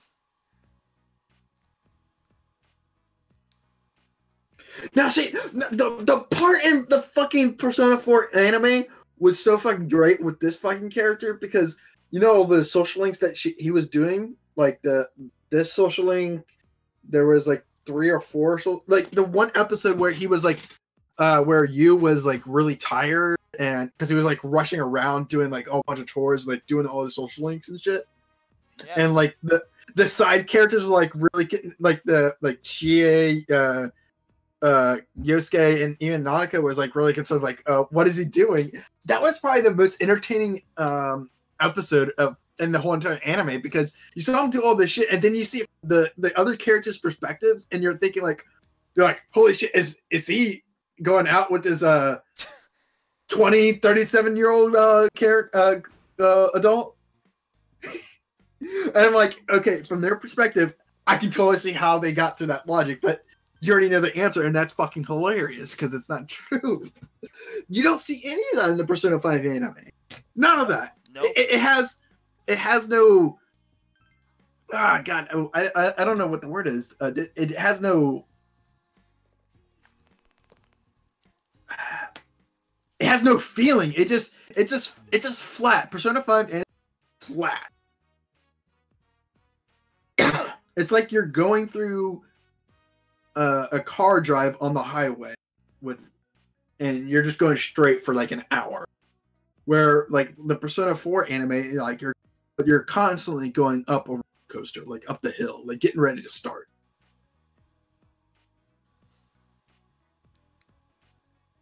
Like hell, I even bought the Persona 4 anime DVD. I don't like it that much. You know, people try to tell me that Persona 5A actually does add things, which no, it doesn't. But we got that scene at the amusement park, and like, yeah, that's great and all. But what? I don't know anything about that. It's like after they quote unquote change Okumura's heart, and he like they go to celebrate at the amusement park. Do they just ride rides and that's it? They rode rides and stuff. That's it? Yeah, that's pretty much it. But they add stuff that wasn't in the game. Like, okay, this they could have done this, but whatever. Doesn't really add anything. It's not anything different. See, the roller coaster part of them going to a roller. I mean, because, like, okay, there's like a lot of shenanigans you can do. Like, it would have been funny just seeing like, seeing the main protagonist going through like the love, like swan ride with the love heart. You know what I'm talking about? Yeah. Like with any of the characters, even with one.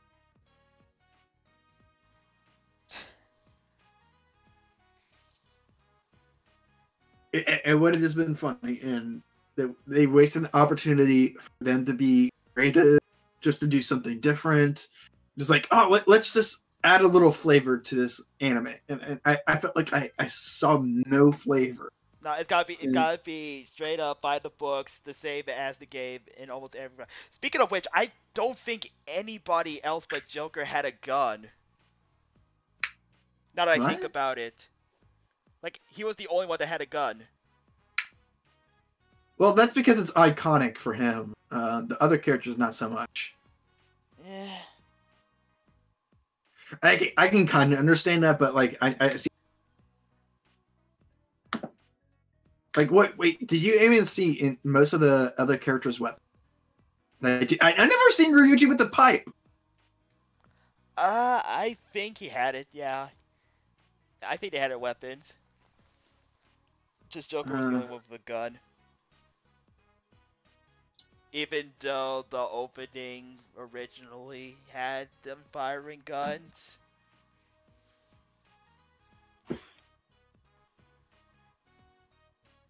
But, whatever.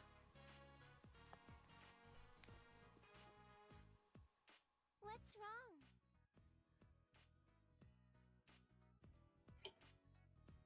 wrong? God, that anime was such a fucking mess.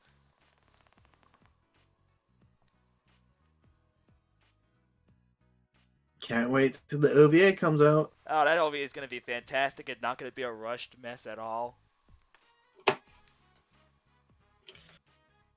I don't know. They're giving us 2 months. Oh man. Oh. And it has to be an hour long. There's no way it's going to be 30 minutes long. There's no way.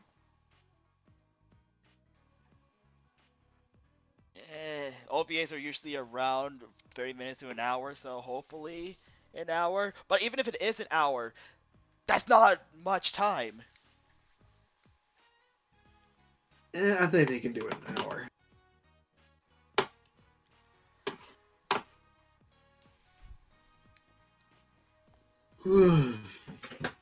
Had to switch to live chat. Trust me, you're not missing much. I know! Fucking 4 people are watching. Sad. Actually, like when I started my streaming shit with like Dysentery, I had actually a decent amount of watching it. I had like you know the joke about like Monday Matt, like how many people watch his shit, like his Switch, not Switch, live stuff. Yeah. His streams. I got about that much. Yeah. Which was like 20 at one point. I got about like 20 viewers. And I was actually okay with that. I was like, I wanted to stay this. I wanted to be like really low key. Don't want a lot of people. I just want like just a few people just commenting here and there. That's it. I honestly like all I really want is just 100 subscribers. I don't want anything else beyond that. Like 100 subscribers and maybe like if they appear on stream, like a quarter of them will be like super dedicated to it. Which I don't blame them if none of them can, but. I would just that I mean that's all I want. The hard part about my streams is that I can't do the shit I like playing the game and watch chat unless I get interaction. If I don't see any interaction in the chat, it's gonna fucking generally say whatever. And usually I just run out of ideas within 5 minutes. Yeah, that seems to be the hard thing. Like, I can't do YouTube. I just can't. Streaming is just pretty much the only thing I can do. Yeah. I can also edit videos, and that's pretty much taught me anything I need to edit. I refuse to edit videos, man. I sucks. I don't have the time or patience to learn how to edit. Yeah, editing takes a while to actually get used to and learn. But you can do some really stupid stuff with it. Yeah, you can. I just don't have that time to do it. I just don't care. And plus, I feel like if I do put like too much work into it and then nothing happens with it, I'm just gonna like I might as well just fucking die. I wasted 3 hours on this video and I only got like 10 views. Like, I mean, some people are watching it. I mean, hell, you think I'm just gonna complain about? I'm not gonna be like freaking Dark Side Phil and be like, well, only 500 people are actually watching. I don't know why people are actually not here watching me play this game. okay, I want to get this fucking meme out of. Why do people tell me to DSP? I don't even fucking. I'm just okay. I mean, I might be bad at some of the games. That bad and just control. There's a fucking lag. Oh, this game is stupid. At least you admit that you're bad at games. At least you admit. When I fuck up, I fuck up. I will admit it. You're not blaming your stupid controller. Oh, it's input. Oh, lag. Couldn't see. Camera rotated. I like it when I think it was Dark Souls. Like, so how do I? What was it? Parrying or yeah, like it was parrying. Like, how do you parry? Or no, it was like how to kick. He was trying to learn how to do that.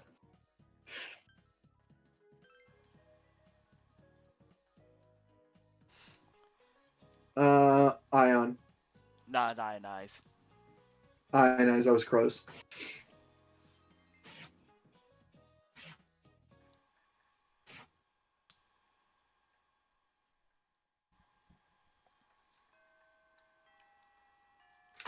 Oh yeah, I should check to see that fucking download I did. Probably not. Alright, so let's put the ROM. There, I'll fucking get to the fucking in. Get with Archangel and show you how to fucking. Okay, sure. Okay. You feel like that.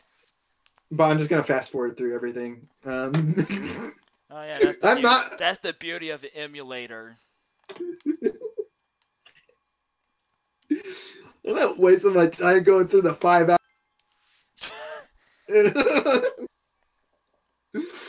And then 3 hours in the fucking dungeon. Yes, I spent 3 hours in the fucking dungeon. That's depressing. Actually, it's not, because if you play it like how I do it, and like a fucking Chad, and you beat every dungeon in one day. You know, I can do that with Golden. I can do that. Now, Golden's easier because all you had to do is just press that button, and then it's like, oh, get into a random battle. Oh, you recover 5 SP and 10 HP. Okay.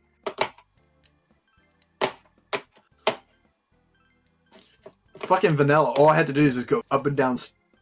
I get it. Grind for life stones and fucking use SP items.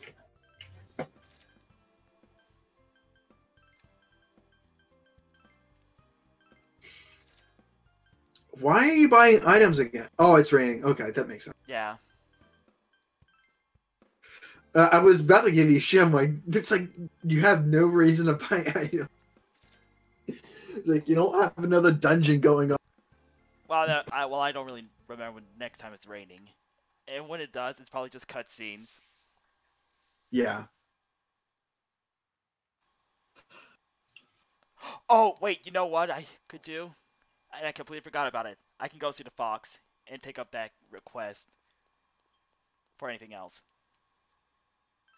God, what is the first request? I think it's a girl looking for love. I think that's later. Or am I thinking about Golden again?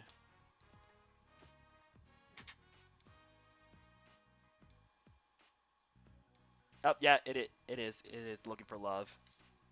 Oh, well, shit. It's been a while since I played. You know what the worst thing is? Before the stream, I actually was playing Golden. Why would you do that to yourself?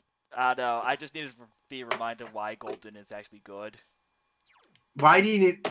That's so odd. That's an autistic take. Come on. I don't know. Like, why would you play Golden just so you... Good Golden is? That doesn't make any sense. Yeah, like, you playing Persona 4 vanilla should make you realize, oh... Yeah, Golden's much better. Golden is so fucking good. I put so many hours into fucking Golden. I think I put like over 400 into that fucking game. That reminds me. What is your opinion on RPG length? Anything above 80 hours is good. Yeah, because I've seen like this really stupid tweet going around about how JRPG should be at least around 40 hours, and I'm like, no. You can have. That's I don't know. That just feels a little too short for me. For JRPGs. JRPGs, yes. Yeah. That just feels a little too short. If you're talking about like regular RPGs, Nope, JRPGs. that's probably. Yeah, that's a perfect length, honestly, for any type of game. But for JRPGs, you got to have more beat into your shit. And I think anything above 80 hours. Actually, I would probably lower that. Maybe 60. Borderline 70. Anything above that. Hell, dude, you want to know how many hours I put into fucking Xenoblade Chronicles too? It's been like 300 hours. Wow. And I fucking love that game, man. I mean, the story is hot garbage, but man, that gameplay is so fucking good. Empire's Ass is also good. What? Yes! I don't know. I Photoshop like that stupid press A to pound meme, and it's just Pirate's Ass. I don't know if you saw that. I haven't seen that meme, but I think I know what you're. Like as soon as I see it, I'm like, oh, I approve. Yeah, it should be on my timeline. Or Well, it's how on my soon? profile. That just depends on how like recent it is. It's barely. I think I did that today. So it should. But I missed that shit. I'm always approving good Pyra, but fucking what the? Oh, I see good night, and it's just like so using her boobs to hit Goku with.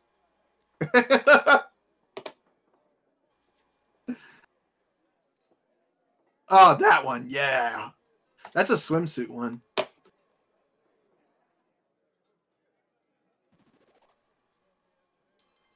Oh, I'm now brave.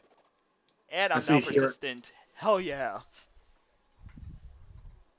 Well, I do see Hero Academia characters. What is your favorite Hero Academia character? I like Invisible Girl. God, I got her name. I always have this weird thing where it's like, would sex with her be weird? Because does it make your dick invisible? Or is it just no, like X-ray? No!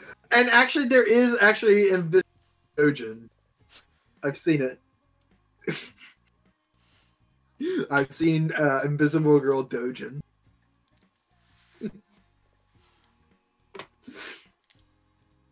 The Hero Academia Dojins are actually pretty.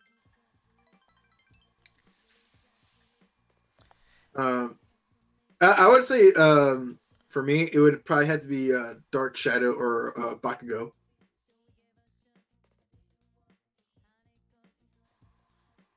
Because I definitely can't say Deku. No, that's a cop out. No, that's not a cop-out. It's just a lame answer. Ida kind of annoys me. Uruka, even though I do like her because she's a cinnamon roll character, she's I want to say bland, but she's kind of, I would just say that she's kind of boring. Best waifu though is Momo. There's no debate there. Momo is best waifu. Yeah, she's good. She good. I mean, she just creates thing out of her fucking out of her fucking body. She can literally make anything you want. Perfect fucking waifu. Just saying.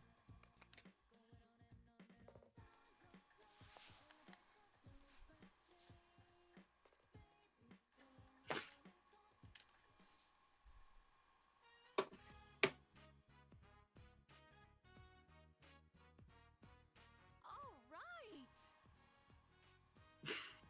Oh my god. I don't even want to mention that. It's just autistic. I'm reading Twitter. I actually don't like the new opening for JoJo Part 5. He just seems bad. I haven't seen it. I've seen the ending. And I think, Yeah, what is this? What is the song? Because I think it's called freaking You. yeah, but I don't recognize what band.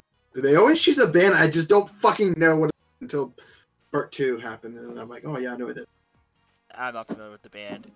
All I know is it's a song from like the 90s.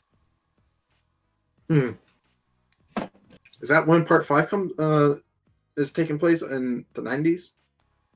I believe so. I thought it was more modern, like 2000. Either late 90s or early 2000s or something like that. All I know is as soon as Part 5 is ending, I'm just gonna skip Part 6 and just read Part 7. Part 5 Part is 5 is 2000. 2000. Yeah, okay, yeah. The reason why I'm skipping Part 6 is because I'm told that it is probably the worst part out of all JoJo. It has some moments. And I think it's like 100 chapters long or some shit like that. It's long. And I'm like, I don't want to. Please, Araki, some Poochie. But like part 6 does have some moments, but I don't know. I just want to get to Part 7. I really do. I want to see Steel Ball run, man.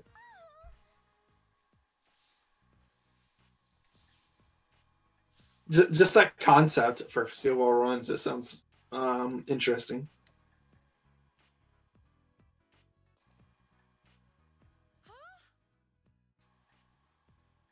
Are you gonna hit on Chie, or did you already? I'm gonna hit on Chie. Is your courage high enough? Yeah, I'm brave, so it should be high enough. I wonder if you're gonna take on that super boss in Yukiko's castle. I don't think I'm strong enough. I usually wait until I beat Kanchi's dungeon to do that. Yeah, that's what I do as well. So. Because fuck that Pringle boss. That Pringle boss is a bitch. And it has red wall, so you can't hit it with its sweep. You know what? When I originally thought I had red wall, I'm just gonna be like, oh, he's weak to fire, so I'll just hit him with that. Nope, turns out either he blocks it or he absorbs it. He does? He doesn't have a weakness? I don't think he has a weakness. All I've seen is he takes more damage from ice, is what I've seen.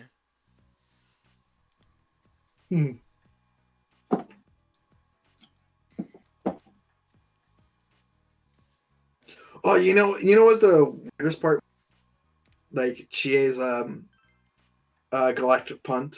I seen a video where somebody had a critical hit on Kanji boss battle, and she used a galactic punt on the boss. Yeah, it doesn't work. It doesn't, but it was hilarious. I'm like, oh, it was like I'm just so used to seeing It just GA. does raw damage. Yeah, which is sad.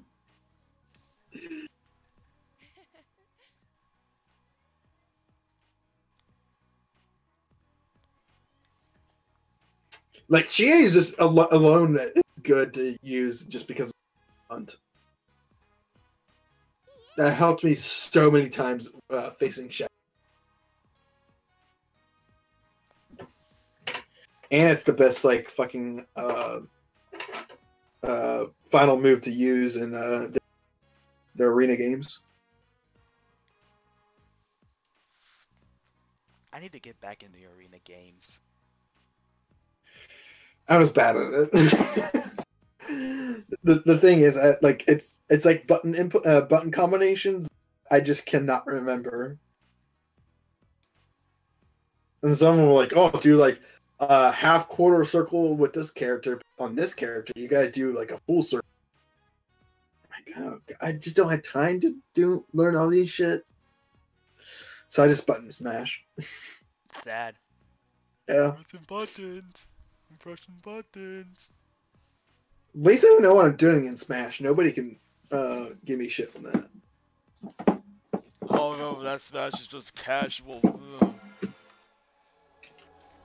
Ugh. I mean, in a way it is, but when you play it on a competitive level, it's entirely different.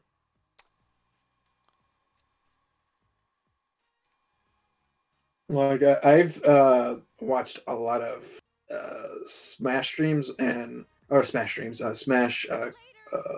competitive, and it's entirely different. Like there's a whole the meta in there is actually pretty deep, even for Smash 4.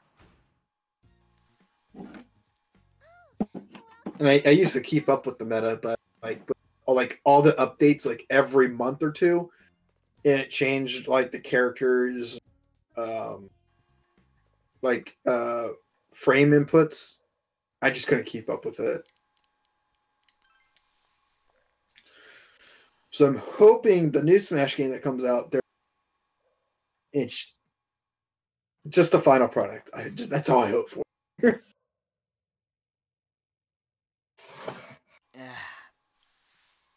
Yeah, DD's not that good, man. He's not that good anymore. You know, I didn't notice the calendar was actually Persona 3 art. Huh. That's weird. It's kind of cool. What? Like the calendar in your room is literally, it has Persona 3. Oh, shit! I didn't know that. I just noticed that. Huh.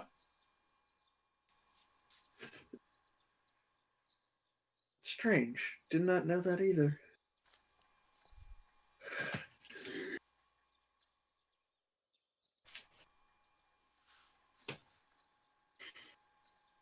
Oh, great. Midterms. Yep. Let's see if I actually remember stuff.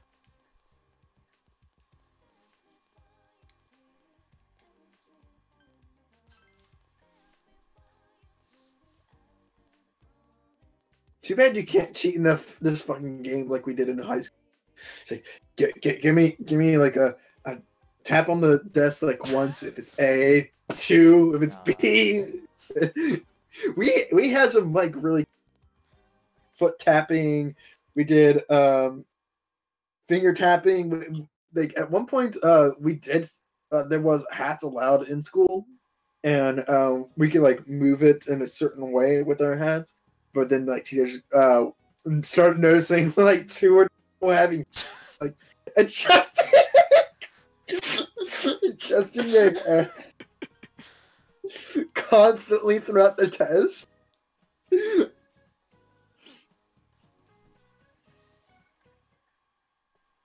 Before Christ. Man, high school was something different. Dude, I honestly think high school was harder than college. Yeah. Because like in high school it was like a lot of fucking and then in college it's like, well, go ahead and do this work, and I mean, you can still do this busy work, but the tests are so heavily weighed that it doesn't matter if you do the Like, basically if you do the assignments, you get one. That's it. like as much shit I got in high school, I honestly say it's probably the most fun I had like before university. I guess in a way. I mean, I mean, for me, I went to community. I didn't go to like a big school for that, like a party school. You know, have fun with some of my friends, and I waited a. Ah, fuck, which one was it? It's either Socrates. I think it's Socrates. Well, That's what pops up. That's what hey, pops that's up for me. right. Was it Socrates? Yep.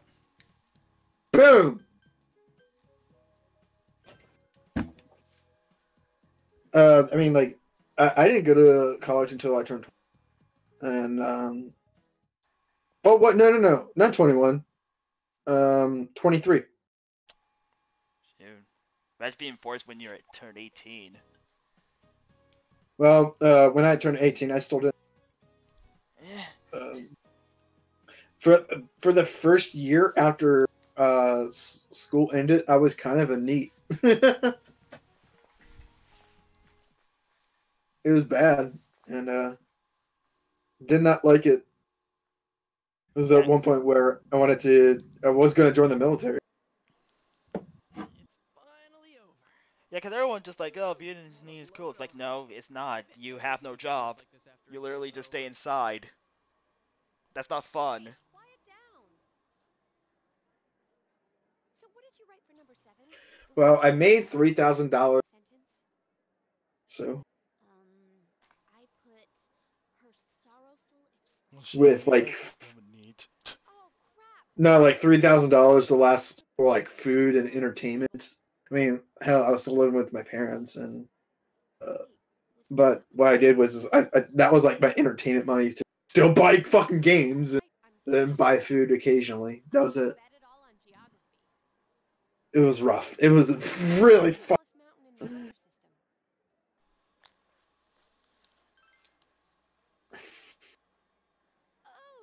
But much in a much better place, and hopefully with my raise that's coming up soon, I should be leaving the house finally and get an apartment. Wait for our grades to be posted out in the hall where everyone can see them. Jeez. Hey, did you hear? A TV station's filming in town.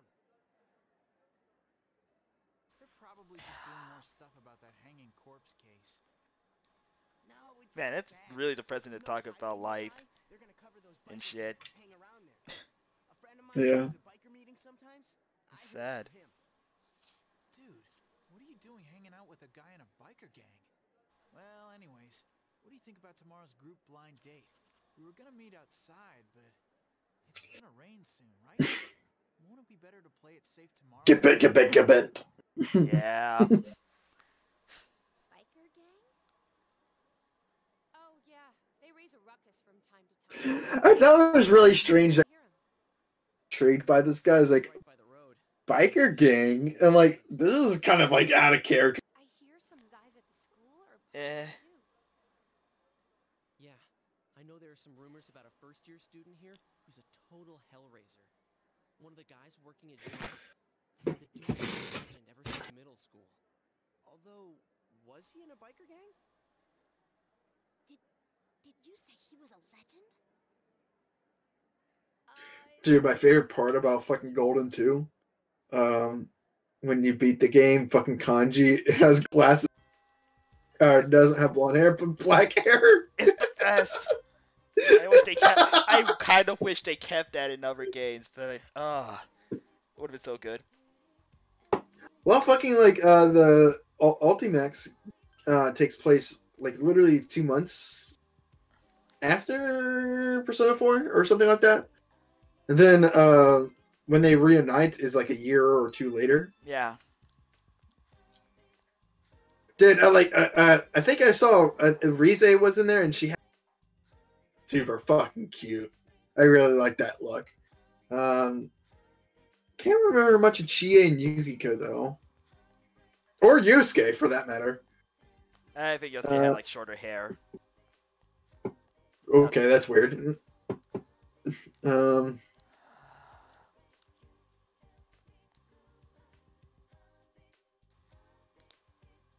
Fucking Golden was such a fucking cheery game. Like the ending was just like so fucking happy. Like you could not smile. Like you just have to smile.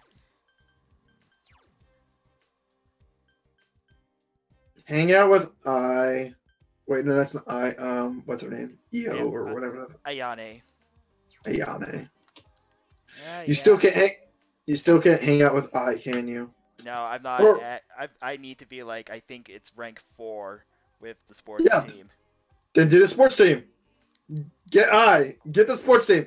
No, yeah, fine, I'll do the sports team. Ayane's now sad. No, fuck Ayane. You need to go for I. Fine, Get the sports team. I'll go for I. Jeez. Do you have the strength? I have Valkyrie. Nice. Okay. You need to maximize that social link time. Because no, it's actually good. I is going to skip class, and you want to do that as soon as possible. All right.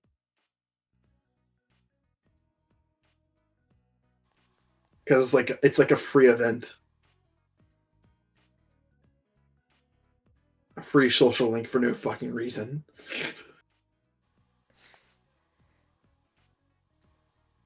God, I'm still just reminded of that stupid visual novel I told you about the other stream. Man, I'm gonna download. Oh man! You know what? I actually did look that up. I actually found out that there was another visual novel. What? There was another one. It's like Persona 4: Your Affection. Persona 4: Your Affection? Yeah.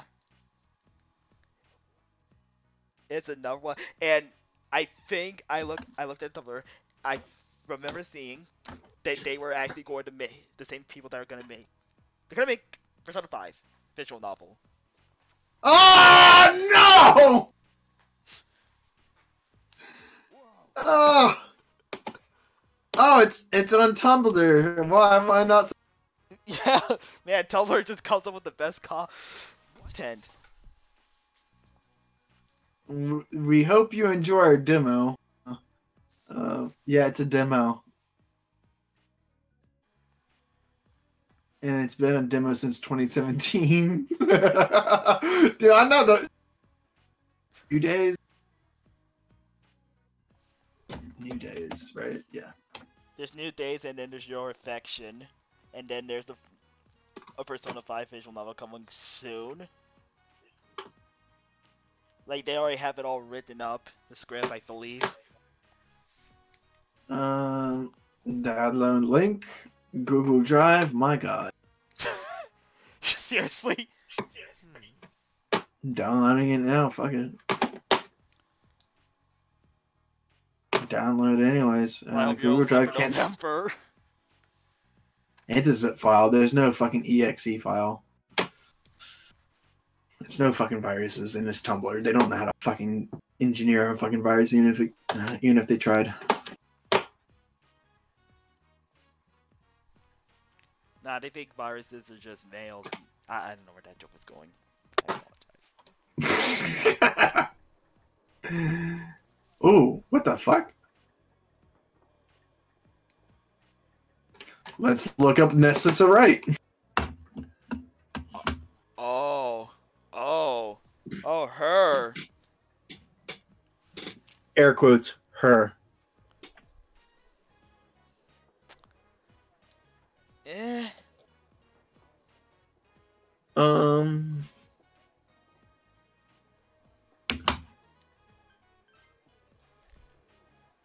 Thanks, man.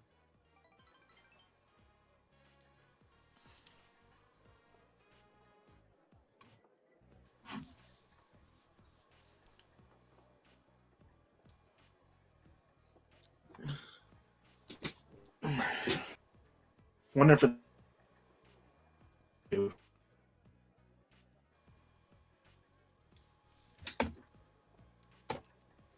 I'm gonna check YouTube since I'm already here.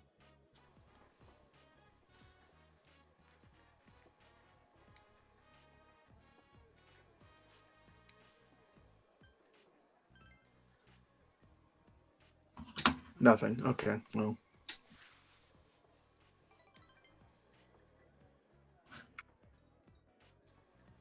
3 people still watching this stream.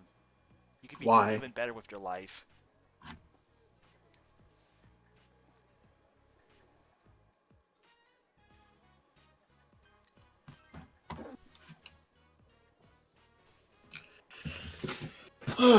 Well, we have to figure out who that one person.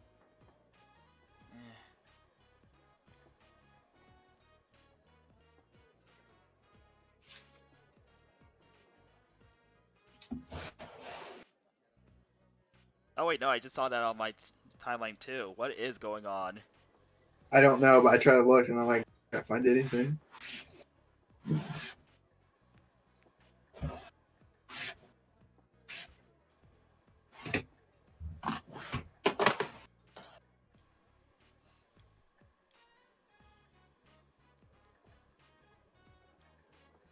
Them speedrunners, they're losing their minds. What was the fucking meme with the last run?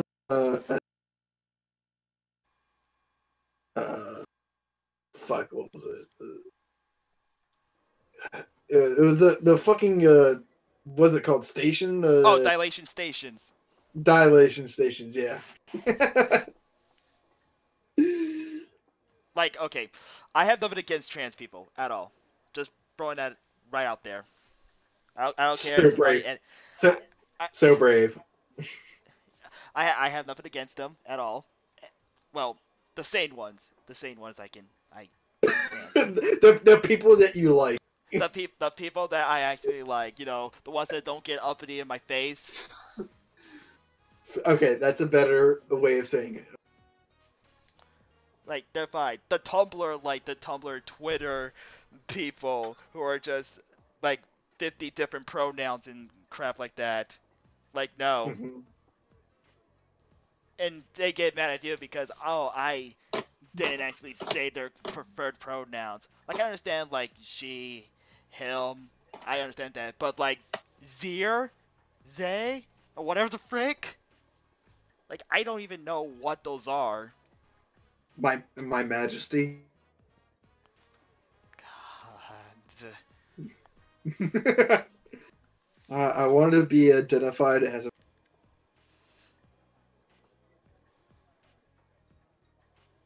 No, there was a Canada university where they had like a piece of paper for all the professors to send it to about their pronouns, like their students' pronouns that they would like to be preferred. And one of the students put Your Royal Highness as their pronouns, and so they had to call him by that pronoun each and every single time. Ugh. And it was funny. I liked it. Okay. P for new days. Where's the exe file? Holy shit, what the hell is... Okay, I see it.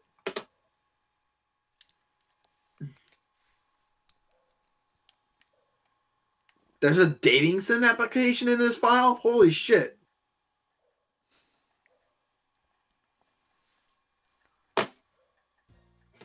Okay, Not even 69 pronouns, shaking my head.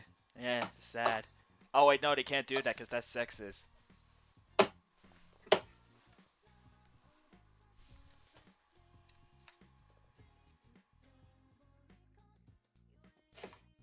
Huh. It's not popping up. Why? That's the exe file. Oh, is it raining tomorrow? Yeah, it probably is.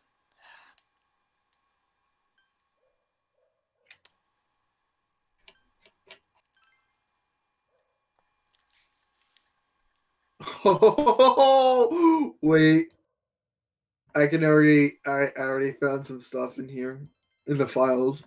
There's a winter holiday for each character and school.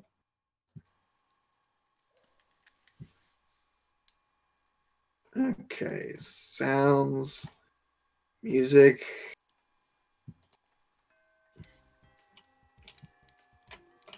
Okay, let's read the read about me text.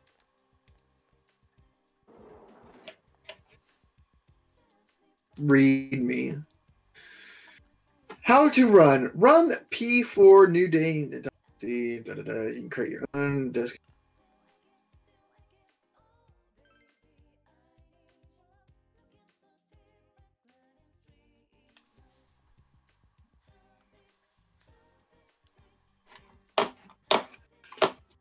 Well, okay.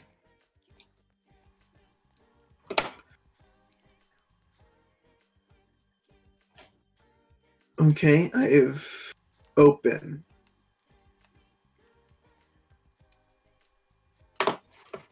Well, shit. I don't think it will let me play the game. Oh, that's sad. No. No, I need this. I need the cringe. I'm clicking it and nothing is popping up. I'm hitting the exe file. Oh, that's so sad. Even Tumblr people don't know how to put their fucking game on a fucking platform. Oh, that's such a shocking thing. Let me see. Let's do this dating sim application. What does that do? What? No, I don't want to do that. Okay. That was weird. Okay, I'm gonna look at the properties of this shit. Because it is...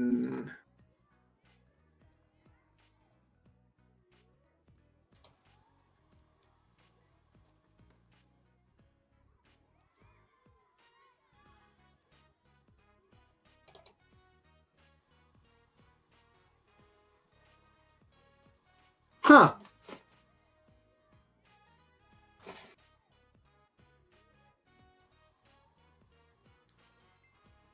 Still nothing.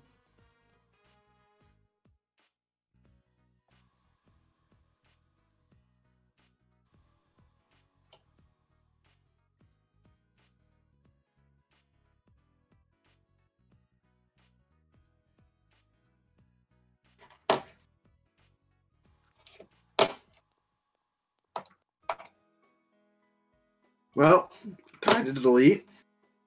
Oh That's no, never happened. that's so sad. You know, if I can get that running on my laptop, that I'm just gonna laugh. I don't know why it wasn't working for me. I collected the exe and I even looked at the properties and checked to make sure that it would run on Windows 8 and nothing. Once the stream is over, I'm gonna see if I can run it on my laptop. If I can, I'll just laugh at you. You're gonna call me a fucking boomer piece of shit? Yeah. It's not even my fault. I know what I'm doing. I download the fucking file and fucking extract the file, and it said, I said the exe file. I clicked it. Nothing's popping up. I hit, oh, maybe I should have ran as administrator. That basically forces it to run. Because there's like some stuff in the background.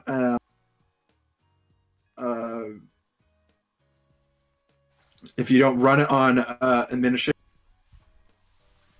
delete it. Fuck it. I'm too lazy to fucking download it again. Big.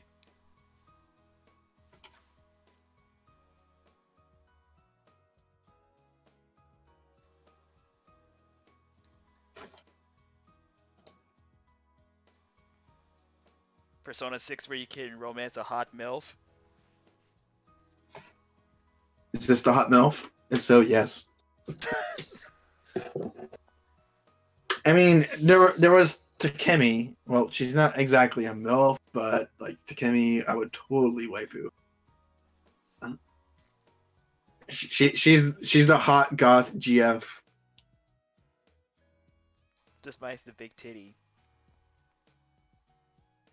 Big titty. Yeah. She ain't got nothing. She got none. She flay She it. got She flay it. She flay it. I want to say she flat. She did. She got the legs, man. Got the legs.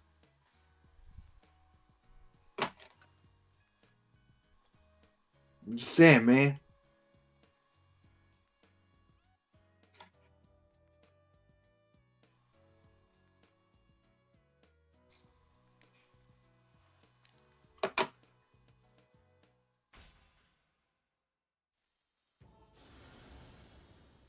Huh. Found a new one. I found a new Naruto thing that says, I don't know, Chief. It's actually better, I think. Because it's like, it's literally him just saying, I don't know about that one, and it's just like a 5-second pause, and it's him coming at Sasuke, like above, and then as soon as it hits him, he says, Chief. I don't know. I actually do like that the original vid of that, or GIF, I should say. Going off of previously, potential Persona 6 waifus. What do you think? Why? I don't know. Just get the ball. I've run out of things to say. Let's just go off of that. I'm just shooting ideas. Hot titty, big titty, goth GF. Definitely have to have one. And there's one. And there has to be a GILF. Why GILF? Why not? You gotta please all demographics, man. Even It was nice seeing you. I'm thinking more of hot college student. oh god, yes. No, fucking teacher. Yes, another Fucking teacher. Another teacher. We had one in 3. We didn't have one in 4. We had one in 5. We need another one in 6.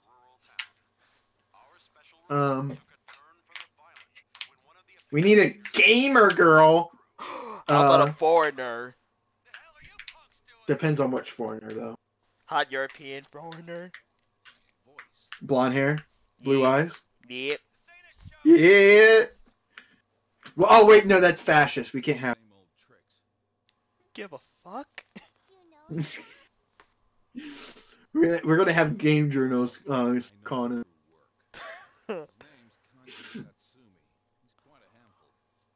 Oh, God, whatever possible waifu. There's the lolly. I'm kidding.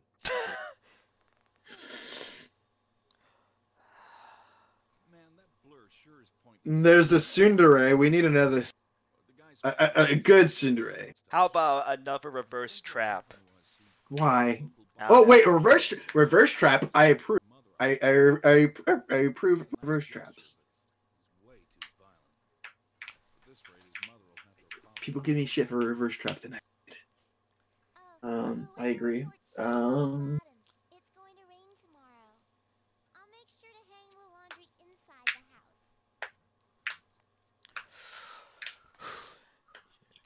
What about a mommy GF?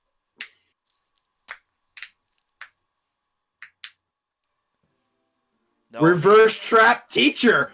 Perfect. Perfect. Oh God. That means the show's probably gonna be on tonight. I hope we don't see anyone. Oh, and what Yeah, else? that'd be What best. else? What If else? we do, maybe we'll see some kind of clue that can point us toward the killer. Well, everyone, don't forget to check your TV tonight. Got it?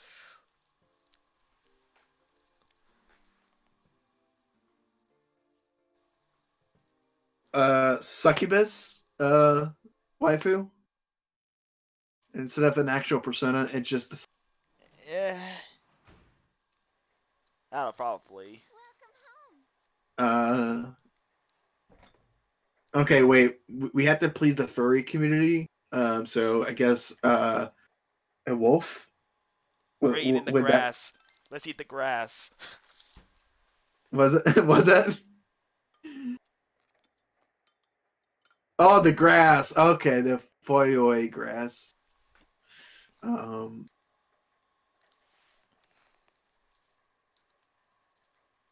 wait. We gotta please the foot fag. Oh, we gotta please Flame. Yeah. Nah, well, fuck Flame. We got that. Okay, we gotta have a fucking waifu that has a nice ass. a firm, scrumptious ass. Just gotta have one. Just gotta have one. Now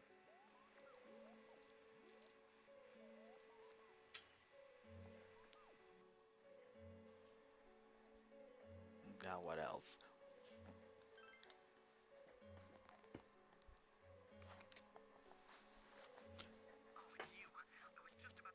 Let's see. We have the hot foreigner, mommy GF, hot college student.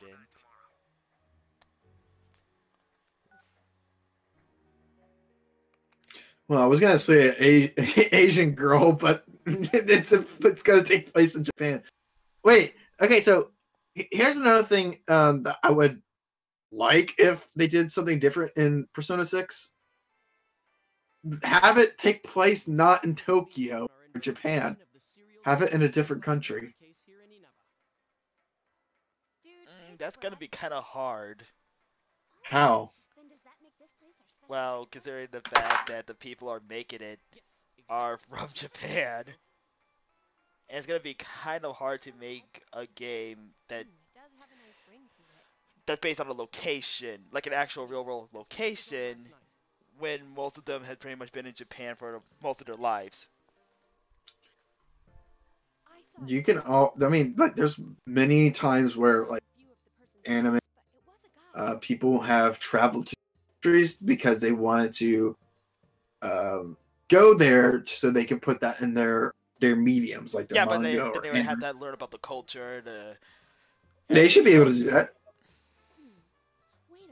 I mean, people there's people that study certain cultures and different societies, and they can pick up what those people are telling them.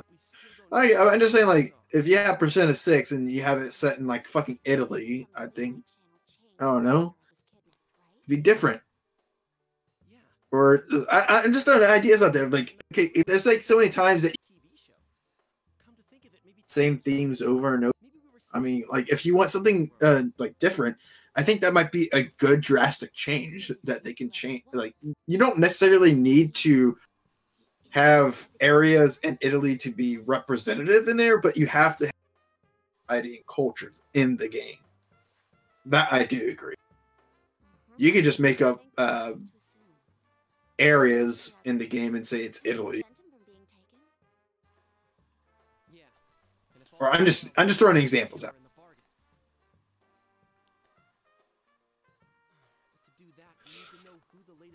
Well, I think that would be an interesting way to do the Persona series. So, like, hell, like all the SMT games, they take place in fucking Japan, Tokyo. I feel like if they venture outside of that little area, they might be able to do more than what we think. And honestly, like, when you think about it, like, SMT wise, and even though it takes place in Tokyo, it's not like the main, or at least in SMT4. At least what I played, I should say. It doesn't need to be strictly Tokyo or Japan. They made other games that just fine.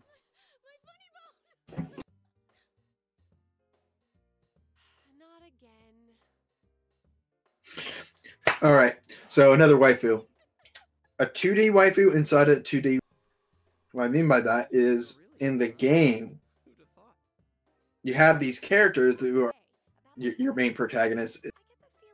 Like, thinks that these characters are real and all that shit, but inside the game, character that you can fall in love with.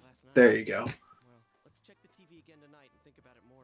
You know, that could easily spin off into its own story. It easily could. Oh, it's great. That's the plot to Persona 6. A game inside a game. Yes. Oh god. Is it gonna be like dot hack? Holy shit. Oh, dude, if it's like dot hack, I'd be down for that. I actually played the first part of dot hack and I didn't really.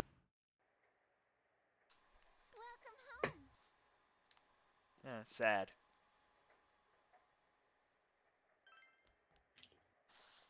I didn't think the combat was that interesting.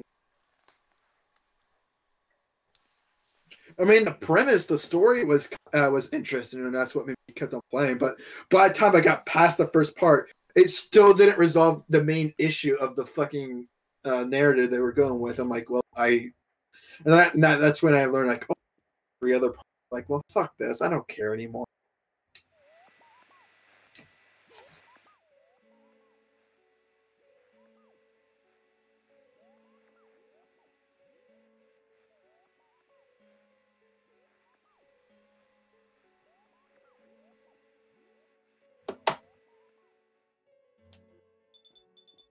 You know who's an overrated character in Persona 5 is Futaba.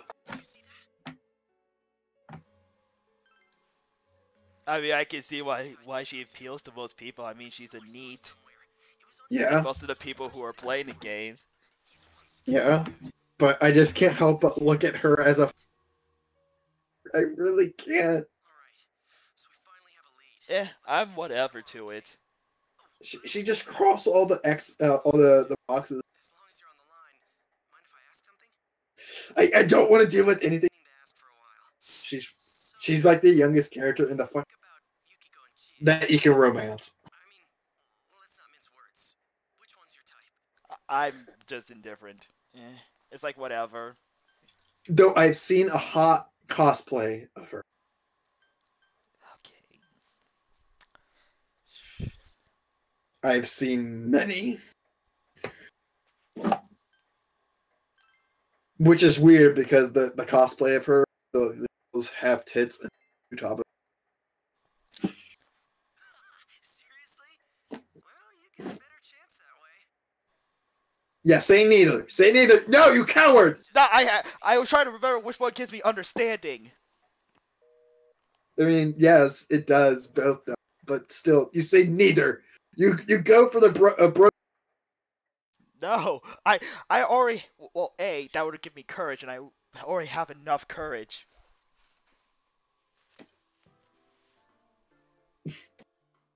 What's fun, Yosuke? I'm building up the harem. Kanji Tatsumi, huh? He definitely didn't look like the social type. Now there's an understatement. Isn't he really scary? Did you see the news special? That harem route in Persona 6 better be worth it. Yeah, I saw it. Better let me fuck a guy. I got it. I've been holding this in for. Ah! We've been a customer of theirs for many years. So I speak with Kanji-kun's mother from time to time. Oh, why don't we go there now? We might be able to talk to him in person. Hear me now, chat. Sounds good. What's up? At the very least, we can ask if anything strange has come up lately. Well, I wouldn't want to run into him in a dark alley, but I'm pretty sure he won't fly off the handle in his family store. All right, then let's get going. If things get rough, we're counting on you guys.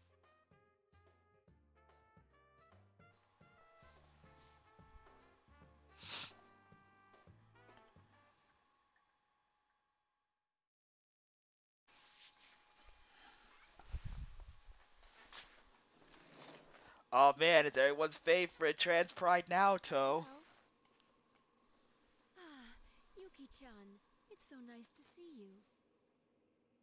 Well then, if you'll excuse me, ma'am. I'm sorry that I couldn't help more. It's all right. You've given me plenty to think about. Thank you.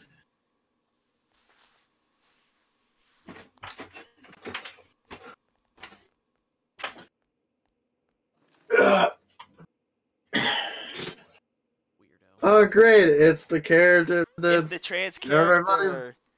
It's the character that everybody likes. For Lovely as Look. always. Your teacher Any said other she shitty was articles you? older when she was young. How can I help you today? Naruto is Are the you best out trans shopping with your man, friends? but you put him back in the Oh, closet. well, Let me look that up. Naoto If you look up Naruto and is trans on Twitter, it's fucking just great. hey, this scarf? I've well seen now. It gave me the organization as Naoto. Okay, let's see. Right. Where was that? Let's check Twitter. It's the best. that place. I'm gonna turn Naoto That room with those faceless and girls. trans. Then it's that announcer's. Are you acquaintances of Miss Yamano? Okay, let's see. Well, kinda. Did Miss Yamano happen to have a scarf like this? Yes. It was a special order she placed. She actually ordered a pair, but in the end, she said she only wanted the women's scarf. Let's see what we get. With no choice but to sell this one separately. Not there's a fucking account. Yep, Is yep. is Naoto trans? Question mark. Naoto trans boy. They are trans. How could you look at Naoto and say she is cis? Naoto Shirogana is non-binary. What? I'm confused. I'm sorry. So wait, she's trans but also non-binary? It's okay. We should get going. I'll come again, ma'am. Is that so? Well, then hello to your mother for me. Like, I don't know. Some of these tweets are just really freaking stupid.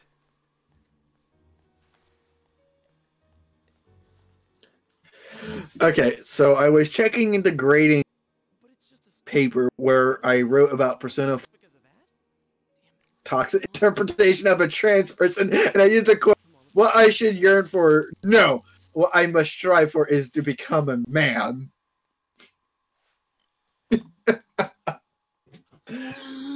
I mean, like, the thing is, like, Kanji's, like, whole thing about him liking all these, like, girly and frilly stuff made him think, like that shouldn't be something that he should like. But when he saw Naoto, he was confused. He was, like, attracted to her. So at one point, he thought he was gay because of Naoto. And people think Kanji is gay because of that. And I'm like, no, that's not true. The whole, like, shadow aspect in Persona 4 is it's the worst part of you coming out. It's a over exaggeration of not necessarily your true self, but of what you think you are. Yeah, going back to that whole shadow aspect, and this is a thing that I've seen in Persona when people talk about Persona 5, and I don't get it at all, is that they say that the villains are too overly cartoonish. And I'm like, well, because they're mostly dealing with their shadow, and I that's just realized something. like their personality at their most Remember the comic book extreme. we were talking about? Mm-hmm. Mom fits the pattern. She's a woman, and she knew Ms. Yamano. But it was her son who appeared on TV. So what does that mean? Oh wait, the fucking comment it continues.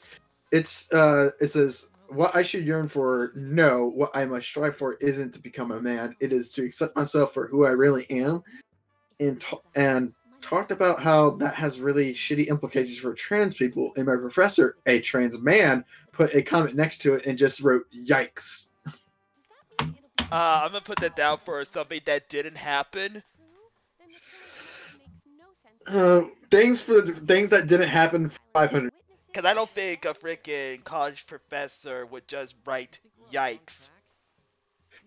A trans a trans man professor. Like, no, they would not just write yikes. Oh god, no. Oh no. No. Oh, you found something worse? Yeah. I gotta see. Okay, you know this, like, ask me my top 5 in any subject and I'll give my best answer. Head cannons. Alright. Kamina, Kameda and Hinata. So basically, he's shipping these two characters. Just because they have, I wouldn't say a relationship, but more of like chemistry, but not like how they work off each other, but not like in a relationship type of way. Does not mean they should no. Sahara and Oma. That still doesn't work. It's the same thing with the previous one, Revolva, Ocelot, and Big Boss. That might technically be true. Goro Akechi and Naoto Shirogane trans. Wait, what? Wait, what? Did I just... Can you read that again? Goro Akechi and Naoto Shirogane, both trans men, and they rule. Well, first of all, I think to be a trans man, you have to be a woman. And I might be wrong with this, but I think Akechi, totally a guy.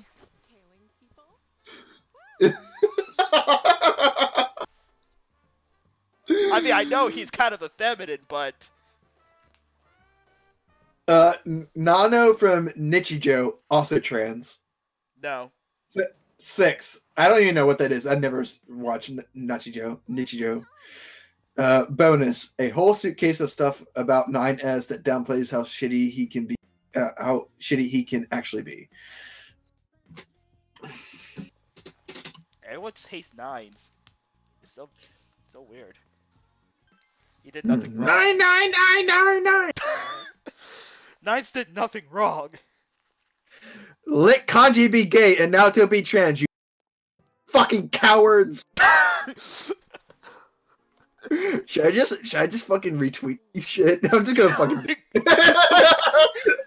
just gonna fucking do it. I'm just gonna fucking do it.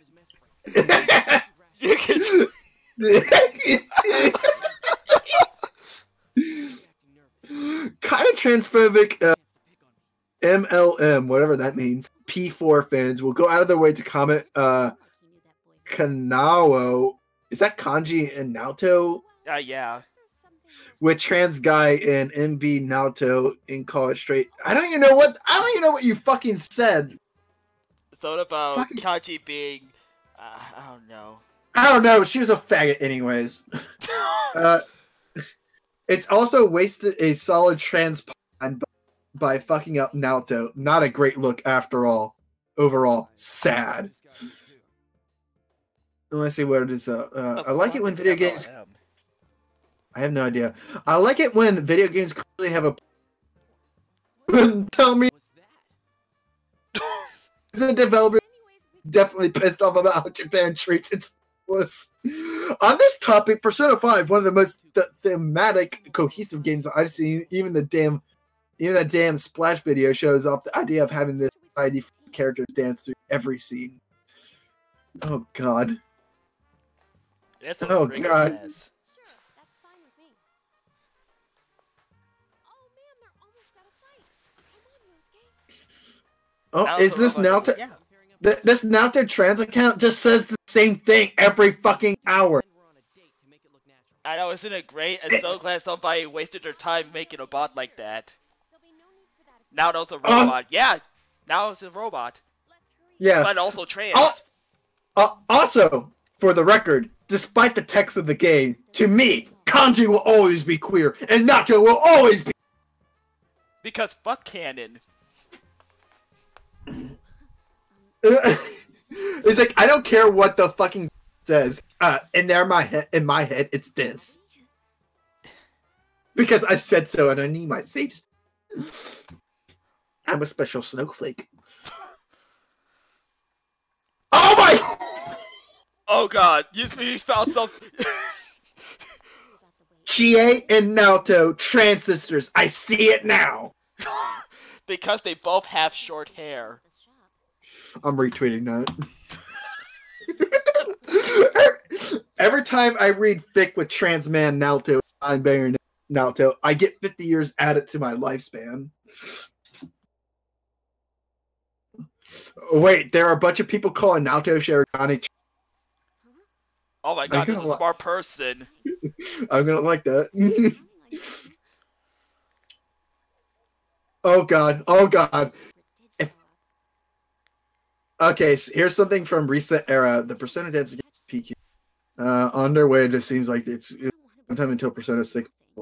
And then some guy posted the article, like, what is next for the Persona series? I don't even want to read it.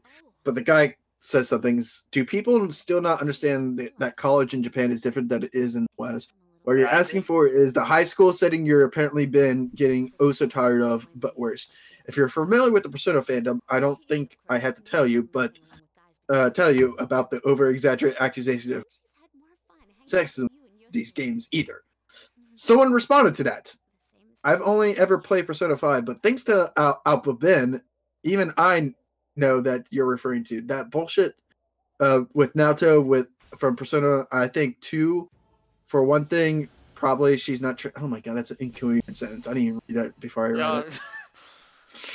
I can hear you struggling. It was now. Trans Naoto is best Naoto. I love Naoto so much. I will die for her. I would die for you, my son. Wait, Mitsuru is being woke right now? Wow, 2 trans allies. I'm sorry, what? Did they just assume that Mitsuru is a trans ally?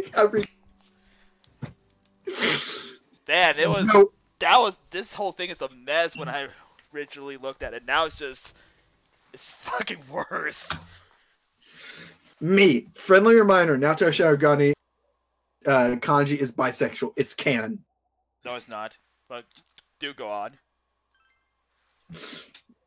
Persona needs to have characters that are trans and gay/bi to stand against the erasure of Naoto and erasure. I think she kind of admit that Naoto and Kanji are trans or gay. So I guess I can take the half W on that one. I think erasure is kind of too much. You can dislike a ship / headcanon without being a dick about it. Don't like Baku Deku? Cool. Go love your ship. Don't waste time hating mine. Don't think Naoto from Persona 4 is trans? Cool. Let folks have their trans headcanon. It's not hurting you. Yeah, we definitely. It's still fucking stupid. Weird?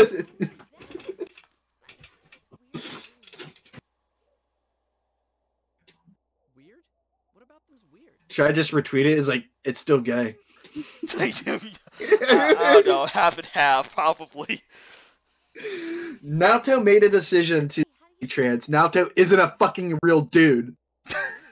Not just human being. Given Naoto's reasons for being trans people, it hurts me. Those were the exact reasons I started identifying now, and so enough. Just like when it hurts when Kanji was JK not gay. What was he JK not gay? Just kidding. Just kidding, not gay. When was he? It is what it is, and I can't control anyone.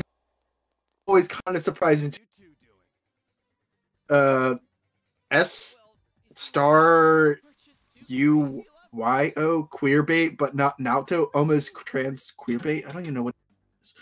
No matter how cowardly Atlas may be, Kanji is a bi king, and Naoto is a trans legend.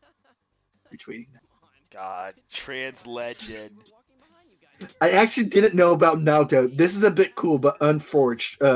Atlas is not exactly trustworthy with trans characters. Okay, hang on a sec. I didn't know about Naoto, but I'm just gonna spout random bullshit. To be fair, when the other games came out, we wouldn't have noticed. Naoto from Persona 4 was considered to be good trans representation. I don't want to say there wasn't any, because I wasn't as aware back then as I am now. Basically, because it's now in the mainstream mainstream to be trans. You're like, well, obviously, the character body and their way society is, they must be trans. You know what? Even though they fully accepted that them they are a girl in the end. Oh, forget about it. Just forget You know about what? that. You know who is? I'm gonna say something brave and controversial on Twitter. You know who is actually a really good trans representation? Erica. I'm so brave. Gross. In my mind, Goro Akechi same as Naoto Shirogane. The No. two detective princes both deserve better from the studio that made them. I'm retweeting that. This is all just trash. This is all trash.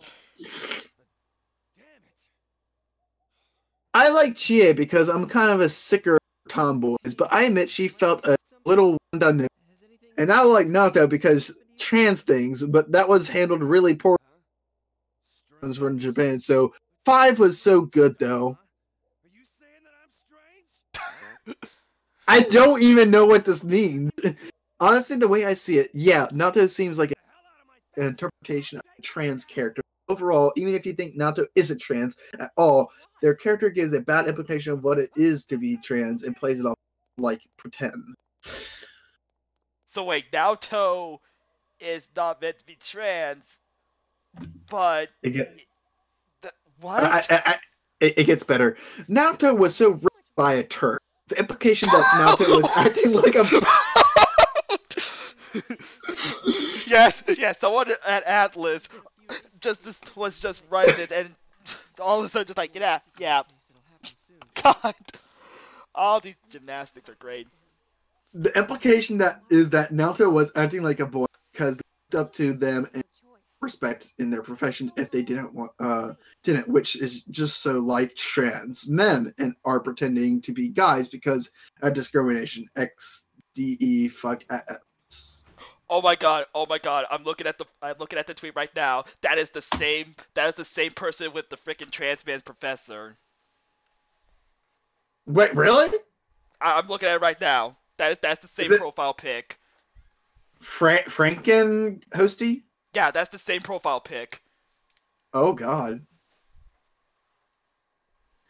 It's an honest mistake because yeah, at face value, it's like there's more to why they feel that way. Just straight up that. I used to staunchly think they were that way too. Oh. Oh wait, here's another hot take from Franken. Oh good, this person's just the main source of it. The dungeon literally consists of Naoto wanting to change to have a male body and become an ideal man, but feeling like they can't because of being a AFAB, but yeah, lol XDE JK guys, Naoto isn't trans. Okay. God, what happened to this generation?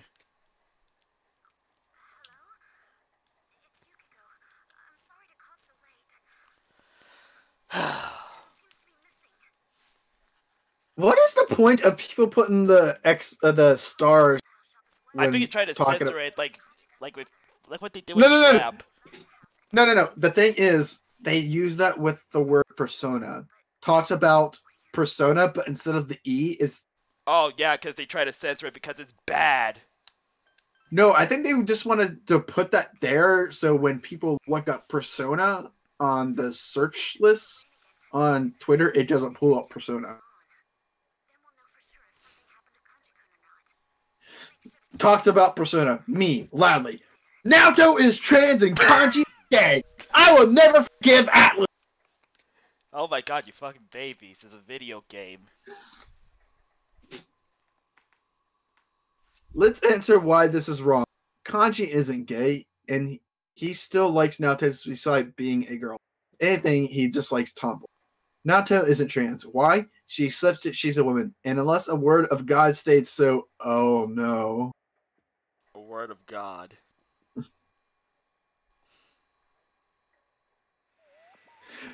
Not gonna lie, rewatching Naoto, I can't help but view her as a trans woman. Society forces her to be a man. Basically, a trans woman's struggle. What? That's not how that works. What? That's not how No, that works. I gotta put a question mark. I'm gonna quotate that, but question mark. So she's being forced to be a trans woman, even though. But she's already a woman. I don't get that. That does that.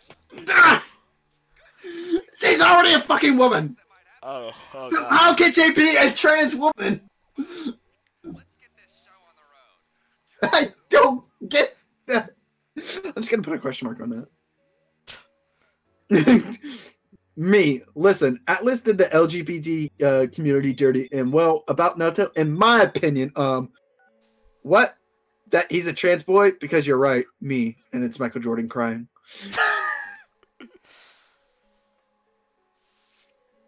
That seems kind of appropriate. I would cry too. Oh, God! Honestly, Naruto was probably one of the reasons why. Also, I'm just really angry at Atlas because, like, can you imagine putting I like you better as a girl as a dialogue option being a good idea?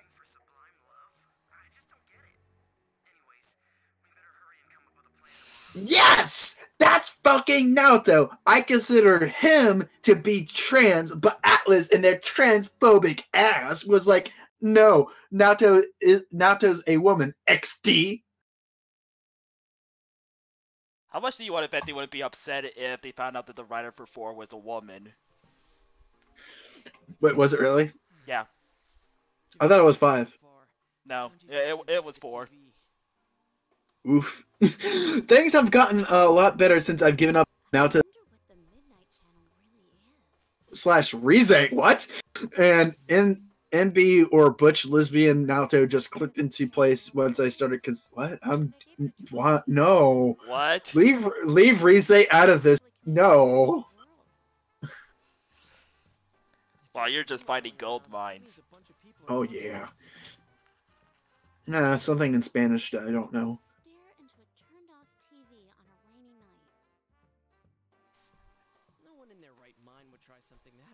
Persona 4's characterization is vague, but Naruto is my handsome trans gay and dating. It could cause a huge panic. God, I think I'm losing brain cells. I forgot how to count to 10. Wasn't the Naruto thing more about commentary? Like, she had to pretend to be a guy for people to take her seriously. I don't know.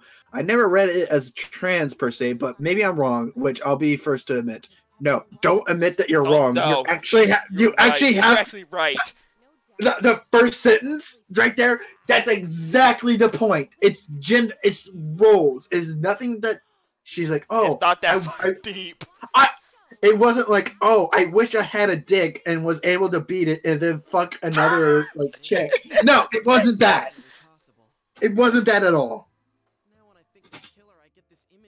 Honestly, that first sentence is probably a better way of explaining than I could possibly ever explain. It's gender roles on both Kaji's perspective and Naoto's perspective.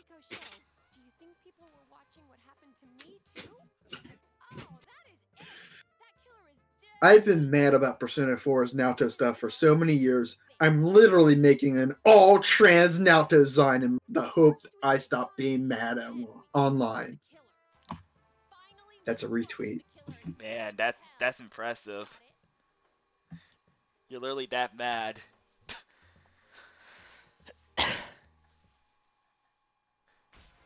You know, I wish I could get very, very upset at a video game.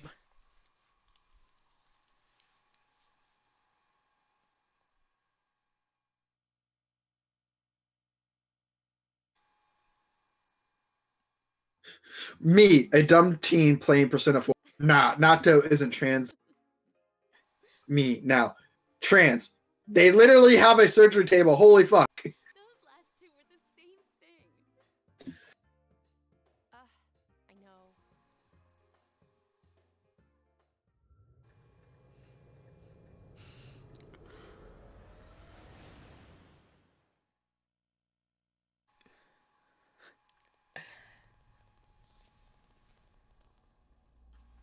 Teddy, someone's here, right? Need some water. Oh, yep. The thirst. You think? Do you know where he is? I don't know. I got water right here. I think it's a boy named Kanji. Ooh. Oh my god. I gotta wait. What's wrong? Not feeling well? Well, I sniff, but I still can't tell where the smell comes from.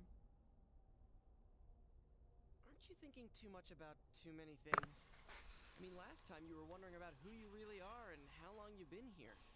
Your head's empty to begin with, dude. You back? Don't Yeah. stress out over stuff too much. Catherine's full body is going to be bad, but I enjoy playing this game. I get so much. I don't want to I don't want to support this game for the terrible things it has, but I really want to play it. We're in deep trouble. Is it going to be that bad? What's the buzz? When it was first announced a while back, the new girl is trans, I think. So they are God. like playing. I like playing it up on that, and not in a good thing, more like a shock factor. And now with the new trailer, it looks like she's in high school. Oh, I thought you meant bad quality. Is the character even trans? I was under the impression it was just a cross-dresser. The first Catherine game had a completely normal transgender character. I feel like people are getting ahead of themselves since the game isn't out yet. I saw people saying that she was trans, but I don't know if anyone really knows. And yeah, there is already a trans character in the game. They just realized a new trailer and the game looks really good, but I'm just nervous. Here's one thing that I didn't even know was even being talked about. People think Chihiro and Naoto are trans. I'm not going to trust what anyone says about the character, but the game itself. Good for you. Do that. Go off of what the game tells you. Do not listen to anybody. Wait, hold on. Who was the girl that Junpei liked? Chidori. Oh, I got it confused. Okay. Chihiro is talking about Danganronpa. That's what it was. I messed it up. Okay, never mind. Okay. Yeah, sad. Boomer me needs to read. If you don't think Naoto is a straight up trans man, that's cool. I don't really care either. But if you think they're a cis girl, bye. Yeah, I don't. Yeah, if you think she's trans, that's fine. But if you think she's actually cis, no, I have a real problem with that.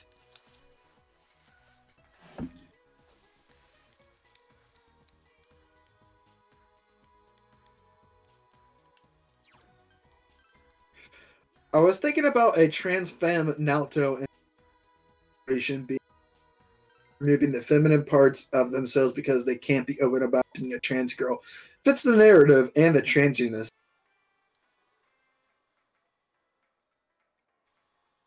Where do these people come from?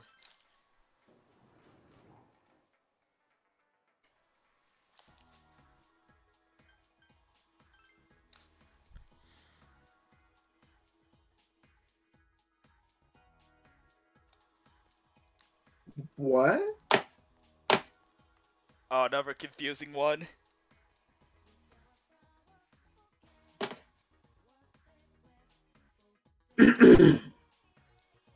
It's 2 a.m., and this felt like the thing to do. Important.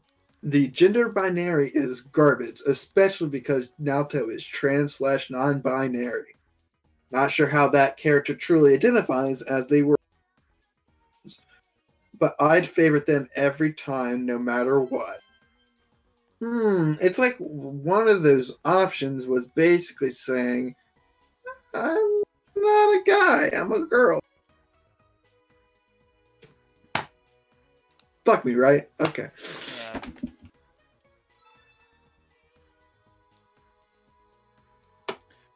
I get so anxious when people refer to with she/her at any point because what if they're not one of them? The cis that think trans people aren't like cis. that. I'm just gonna fucking retweet, quote tweet this and just put she. You're gonna get blocked immediately. That's my point. It is literally, the Twitter account is called Garo Akechi is gay with rainbows. Okay.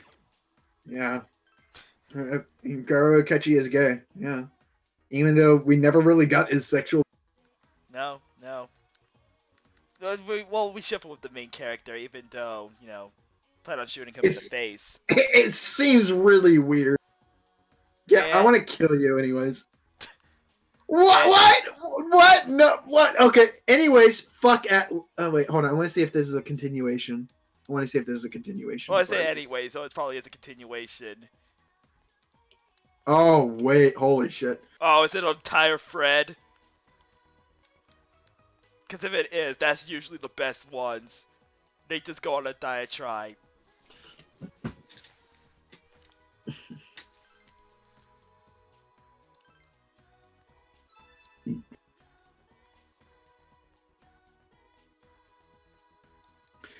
Okay, so this is a thread.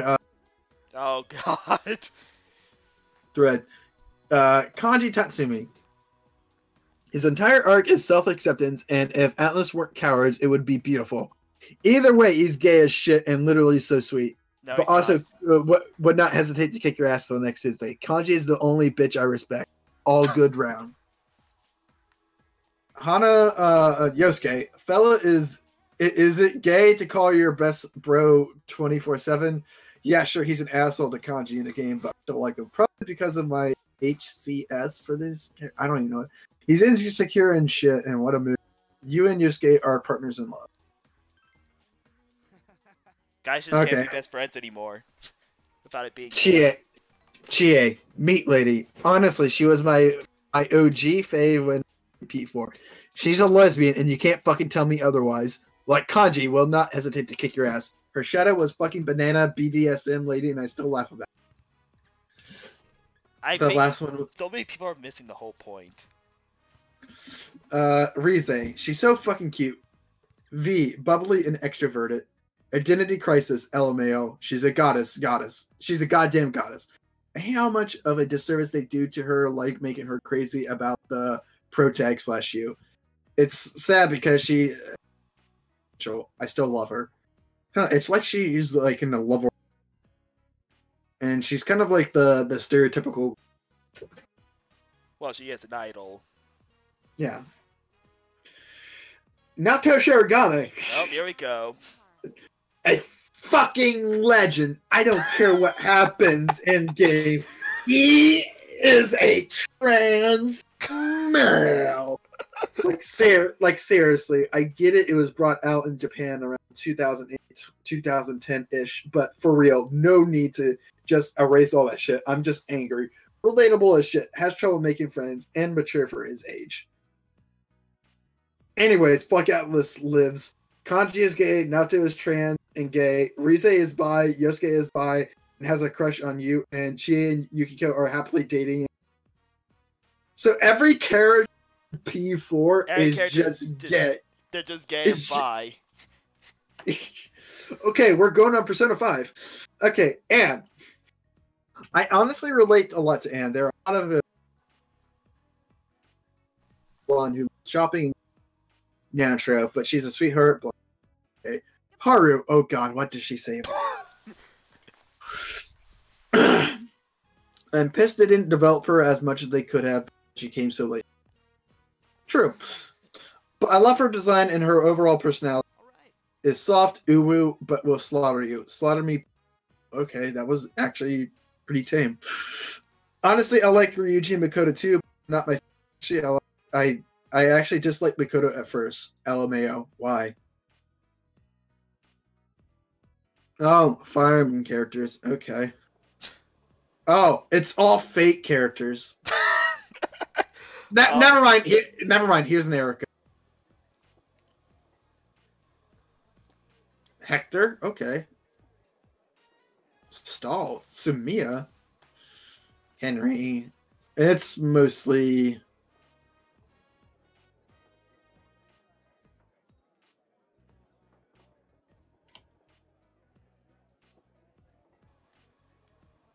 Yeah, it's mostly Fates.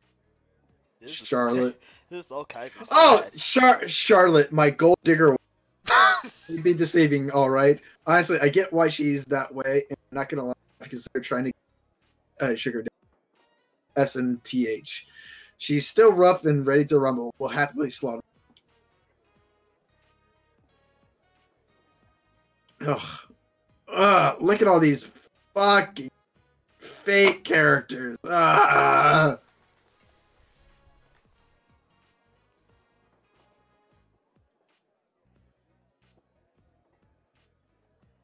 Oh, great. Cis people can't say if Naoto or Fujisaki are trans or not. Bitch, I don't need you to. I don't need to have had dysphoria and changed identity. It's given to know being driven to cross-dressing isn't trans, and that it's offensive to trans people to imply it. Y'all remember these scenes? I remember Persona 4 scenes. It's Naoto with the school uniform. Yeah, but she did that on a request. Okay, so the part that she's taking, saying, no, I mean it, I mean it, I'm a guy. That is the daytime event. This is when I think this is, if this is the one you're talking about, I think it's the one where she's just like she's too scared to climb a tree or anything like that, and then she laments like, why can't I wasn't born a guy, because she figured she would be brave enough to do so. I don't think so. Sure, but I think I remember that. This was the picture that she's taking, that they took, is not actually part of the main story, but is actually like a side that that really doesn't mean anything in a sort. And I don't remember the context of that, but it literally serves no point because it's everything before the actual events of the Danganronpa events. It literally serves no point of what they're actually saying, and out of context as well. I don't even remember the context.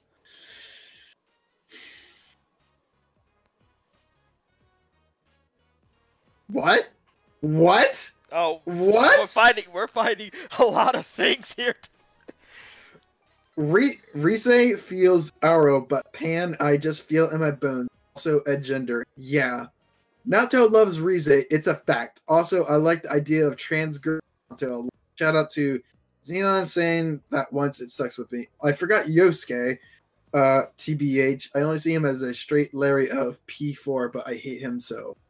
He basically said Naoto was Rise? What? Why? How?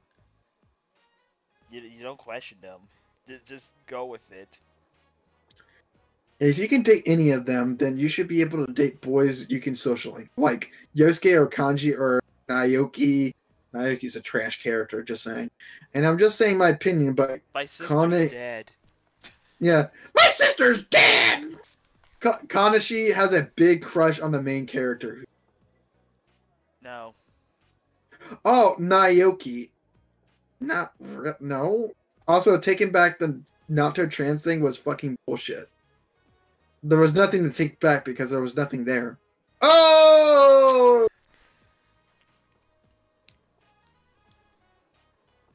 Okay, where the fuck are you? You're still in the... Did you recruit I? Yeah. Do you have I? Ah, yeah. I haven't actually talked to her yet. I just got to like, oh, hey, this is I. Don't get me fucking wrong. Naoto is trans as fuck. And Kanji is probably bi. But do they consider that real canon? Do the writers of the fics refer to Naoto as he/him? Rarely, if ever. Is this guy getting triggered by someone's fan? Wait. Are you serious? That seems to be the case. Hamuku lesbian. Garo and Akechi, gay. Aegis, bi. Well, Aegis is a robot. So they're actually asexual, agender. Or actually non-binary by own definitions, actually, right? Yeah, I guess she has no actual gender.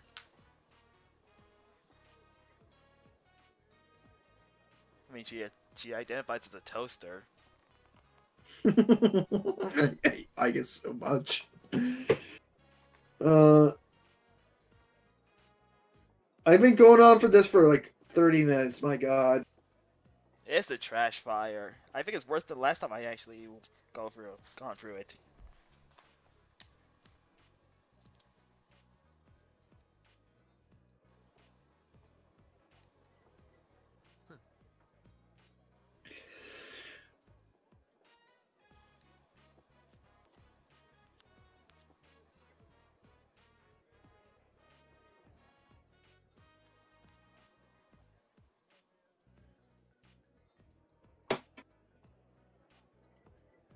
I mean, I have the Persona 4 art book here, which can basically tell me.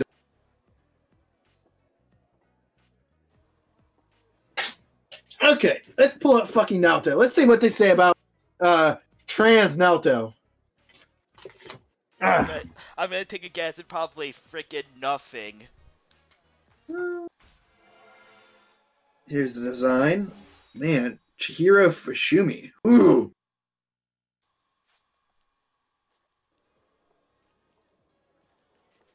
Oh, there's Ai-chan. Yeah. Okay, well. Oh, wait, there's the fucking MILF. She looks exactly the same in her beta. Holy shit. Sub-characters. There's Dojima. Nanako. Nanako looks really different. Yeah, I think she went through the most change. Yeah, there's like at one point where she has like cap. I did not like the short cap, the short hair and the cap. It's really. I would say the long hair would work.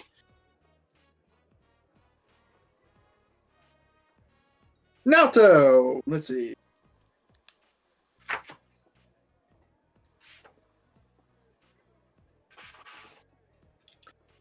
Let's see.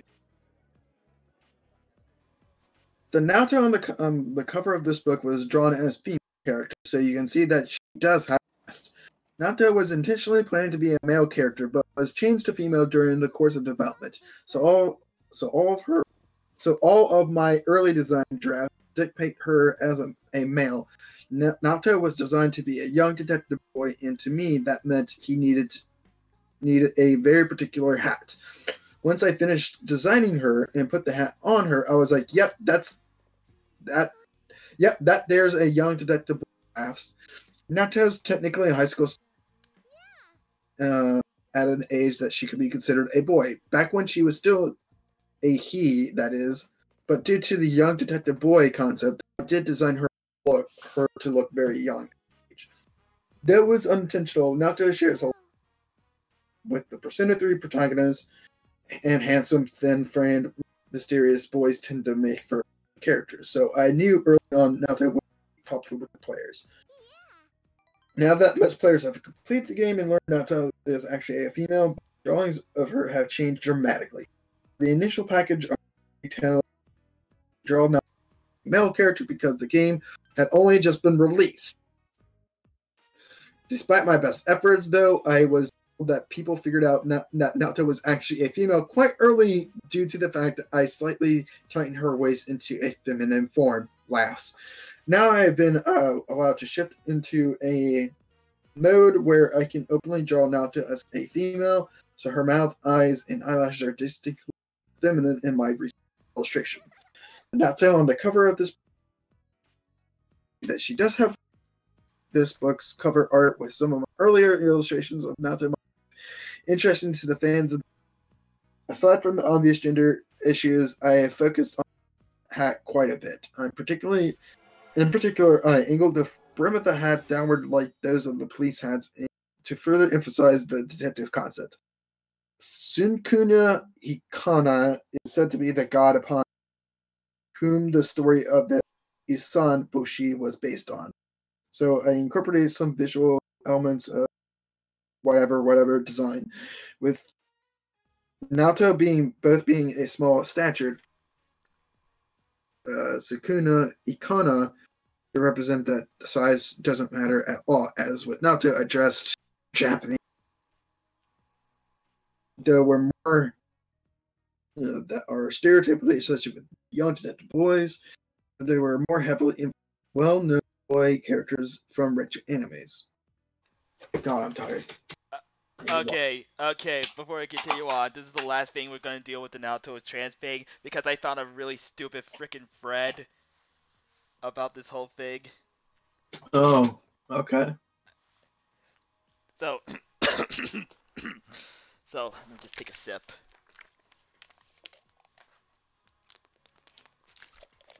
Do you want me to read the rest of this? There's like a... Give vocals a break. That remains a really good good reminder that regardless of cultural differences, if a writer doesn't think queer and trans people are valid, then that's going to show up in the writing. Whatever it is they might be trying to comment on or subvert otherwise. Homophobia/transphobia operates in different ways in different cultures, but you can still quickly ID, are these people treated as jokes? Are Kanji and Naoto actually queer trans? Because less important then, does Atlas treat queers and trans people as valid at all? And the answer repeatedly is no. The whole discussion of what characters are actually is informed from start by what the creators think are valid things for people to be, taking it out of context of Japan. If any American author repeatedly uses queer, trans people as punchlines, then goes on to make stories trying to comment on gender roles and expectations in America, that shit is still informed by their biased dude trying to make us out what women and men are expecting, except the freaking writer for Persona 4 was a woman! Don't get caught up on in universe lore shit, and don't assume bigotry doesn't exist in other cultures. Just try to pay attention to patterns. If a group is repeatedly used as a joke or is repeatedly demeaned by a body of work, a specific author, that's the key. Don't look at things in a vacuum. Is the thing follow patterns? Check context. Don't hyper focus on individual examples or events, i.e., Naoto's story is contextualized by everyone else in Persona 4, also getting the just be what society wants kind of arc, and is further contextualized by Atlas' story and characters and writing choices in Persona 3 and Catherine and the like, looking at patterns and bodies of work and how others parts inside a story contextualize another part gives you stronger analysis, i.e., Kanji's story on his own could be disappointing. But yeah, okay, gender expectations for men are very real, but Kanji's story exists in context of Chie's arc with femininity, Yukiko's arc with her family, and Naoto's as well. Again, matters less of are characters actually X than does this writer/group consider X worthy of respect at all. Wow. Fuck! Oh my god, it still keeps going. So another person chimes in. I remember reading an interview with the Persona 4 director where he said, "We want the MC to be whatever the player wants him to be."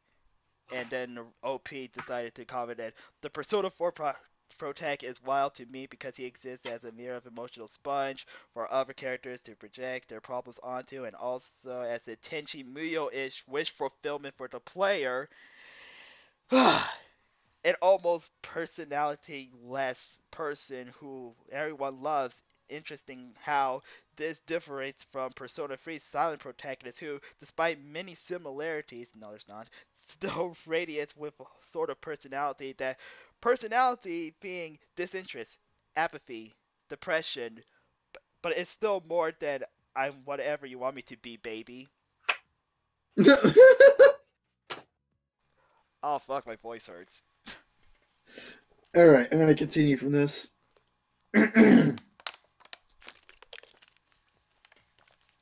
This helped to further associate Sukuna Kana to herself, who kind of reminiscent to pull out heroics in the end, despite the young age and small. For Yamato Taruku's design, I wanted to focus more on the myth about him dressing as the enemy. In order to stick to the mythology theme, I thought about dressing him in a noble royal attire, but I quickly changed my train of thought. Kind of went Naruto equals pretty cross-dressing equals Takara Rakuza equals the rose of versatility. And that's how Yamato Taruku came to be what it is today. Laughs. That is Sojima. And the fucking design of Naruto in her pre-phase where it looks more masculine. And actually, this design kind of looks like a catchy, to be honest. The original description for Naruto that I was working for, a pretty young man. So even in the early drafts, Naruto looked a bit feminine as a result. I didn't need to do a major design overhaul. Character gender. Shorts are usually worn over bare legs, but due to another one of my personal rules with states, the skin of the person inside of a persona shall not be exposed. I had to put Sukuna, Hikana, and Yamato Takuru in full body tights. If you can look underneath their mask, you would see the tights cover the entire head. That is we're talking. Now, Rize, remember this. Rize was supposed to be originally, and she kind of looks like Saki in a little bit, like almost identical.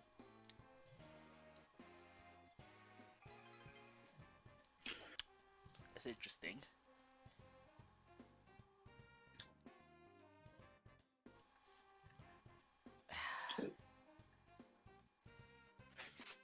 Let's look at.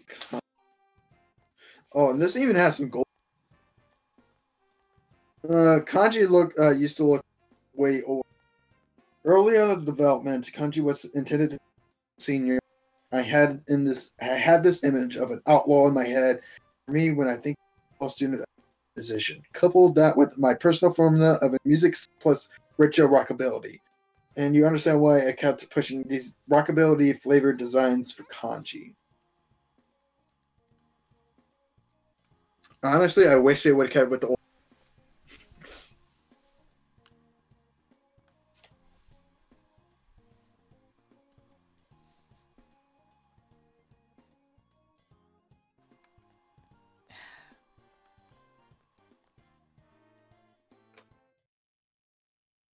Dude, my favorite post is probably like all the characters. That's probably my favorite. I got the Persona 5 art book. Let's look at that. It's just gonna be just look at Persona art books. I actually haven't looked at this book at all. Yeah, there's some bought it interesting and then stuff just in never there. looked. Oh my god, I just remembered that thing about the art book, and that's freaking discourse that happened because of it. Theory. Oh, Takemi. Yeah, Dad, that's the discourse I'm talking about. The description is so many people flip shit about the description. The little blurb in it. The blurb about what? Talking about how the director wanted the design for Takemi to be toned down so she can look, cute. And I think so many people just flip shit about that because how dare you want a waifu to look cute?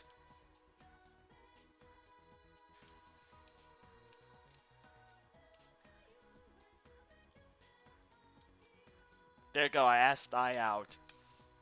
Just like you wanted.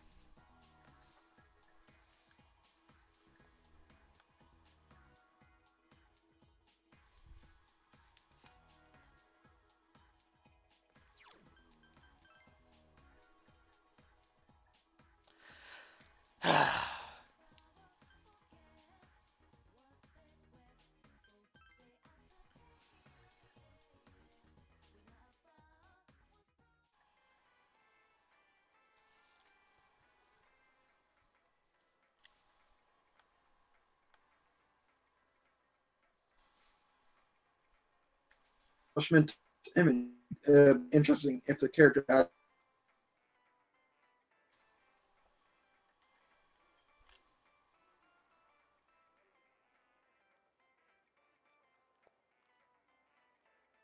We should be connected now. It got disconnected. Oh, really? Huh. That was weird. Yeah, fucking Discord, fuck off. Man, Discord is so great. It's gonna switch to Skype later. No, I will never do that. Since a doctor's profession typically carries a pro, no, I already said that. So we decided to dress her up like a punk. The examination room of Takemi's medical clinic originally had a more mad or chaotic feel to it, with lots of strange equipment that begged the question, what on earth is this person researching?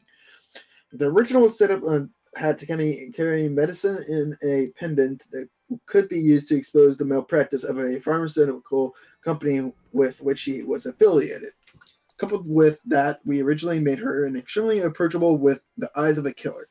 However, we received a request from director Hashino that all female characters should basically be on the cute side and eventually soften the design. I suppose we probably overdid it a bit in the beginning. Yeah, that was the comment that pissed so many people off. But the thing is, I'm looking at the beta design of it. They didn't really change much from Takemi.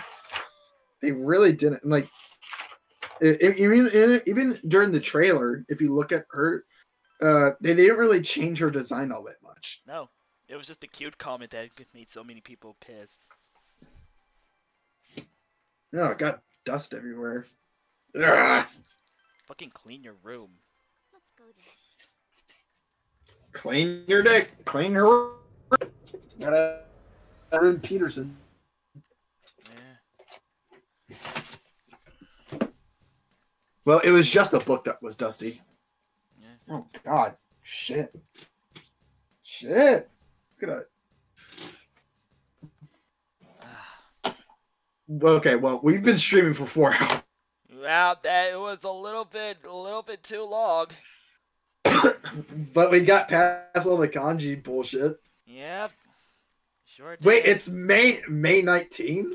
Are you like close to the dungeon time? Yeah, I actually just went into the dungeon. Wait, you did? Oh wait, the first part where you had to go in there, and now they're like, hey, you should ask questions. Yeah. About it's trying to ask questions. Yeah.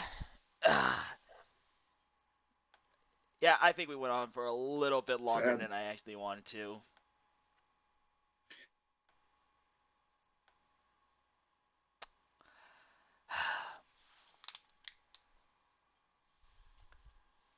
I guess in the next part we're gonna fucking do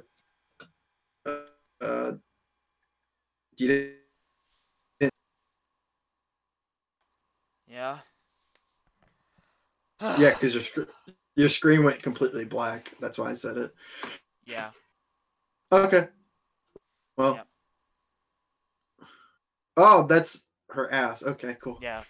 I still like that pic for some reason. I don't know. I'm fascinated by it.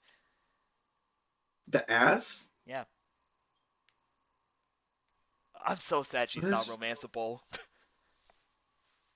She was originally supposed to be. Yeah, it makes me sad. I think she's top tier. They didn't have with that. Maybe in Persona 5 Platinum Edition. Fucking Platinum did. Alright, well, yeah, I think we'll end it. Oh, thank God. I'm about to die.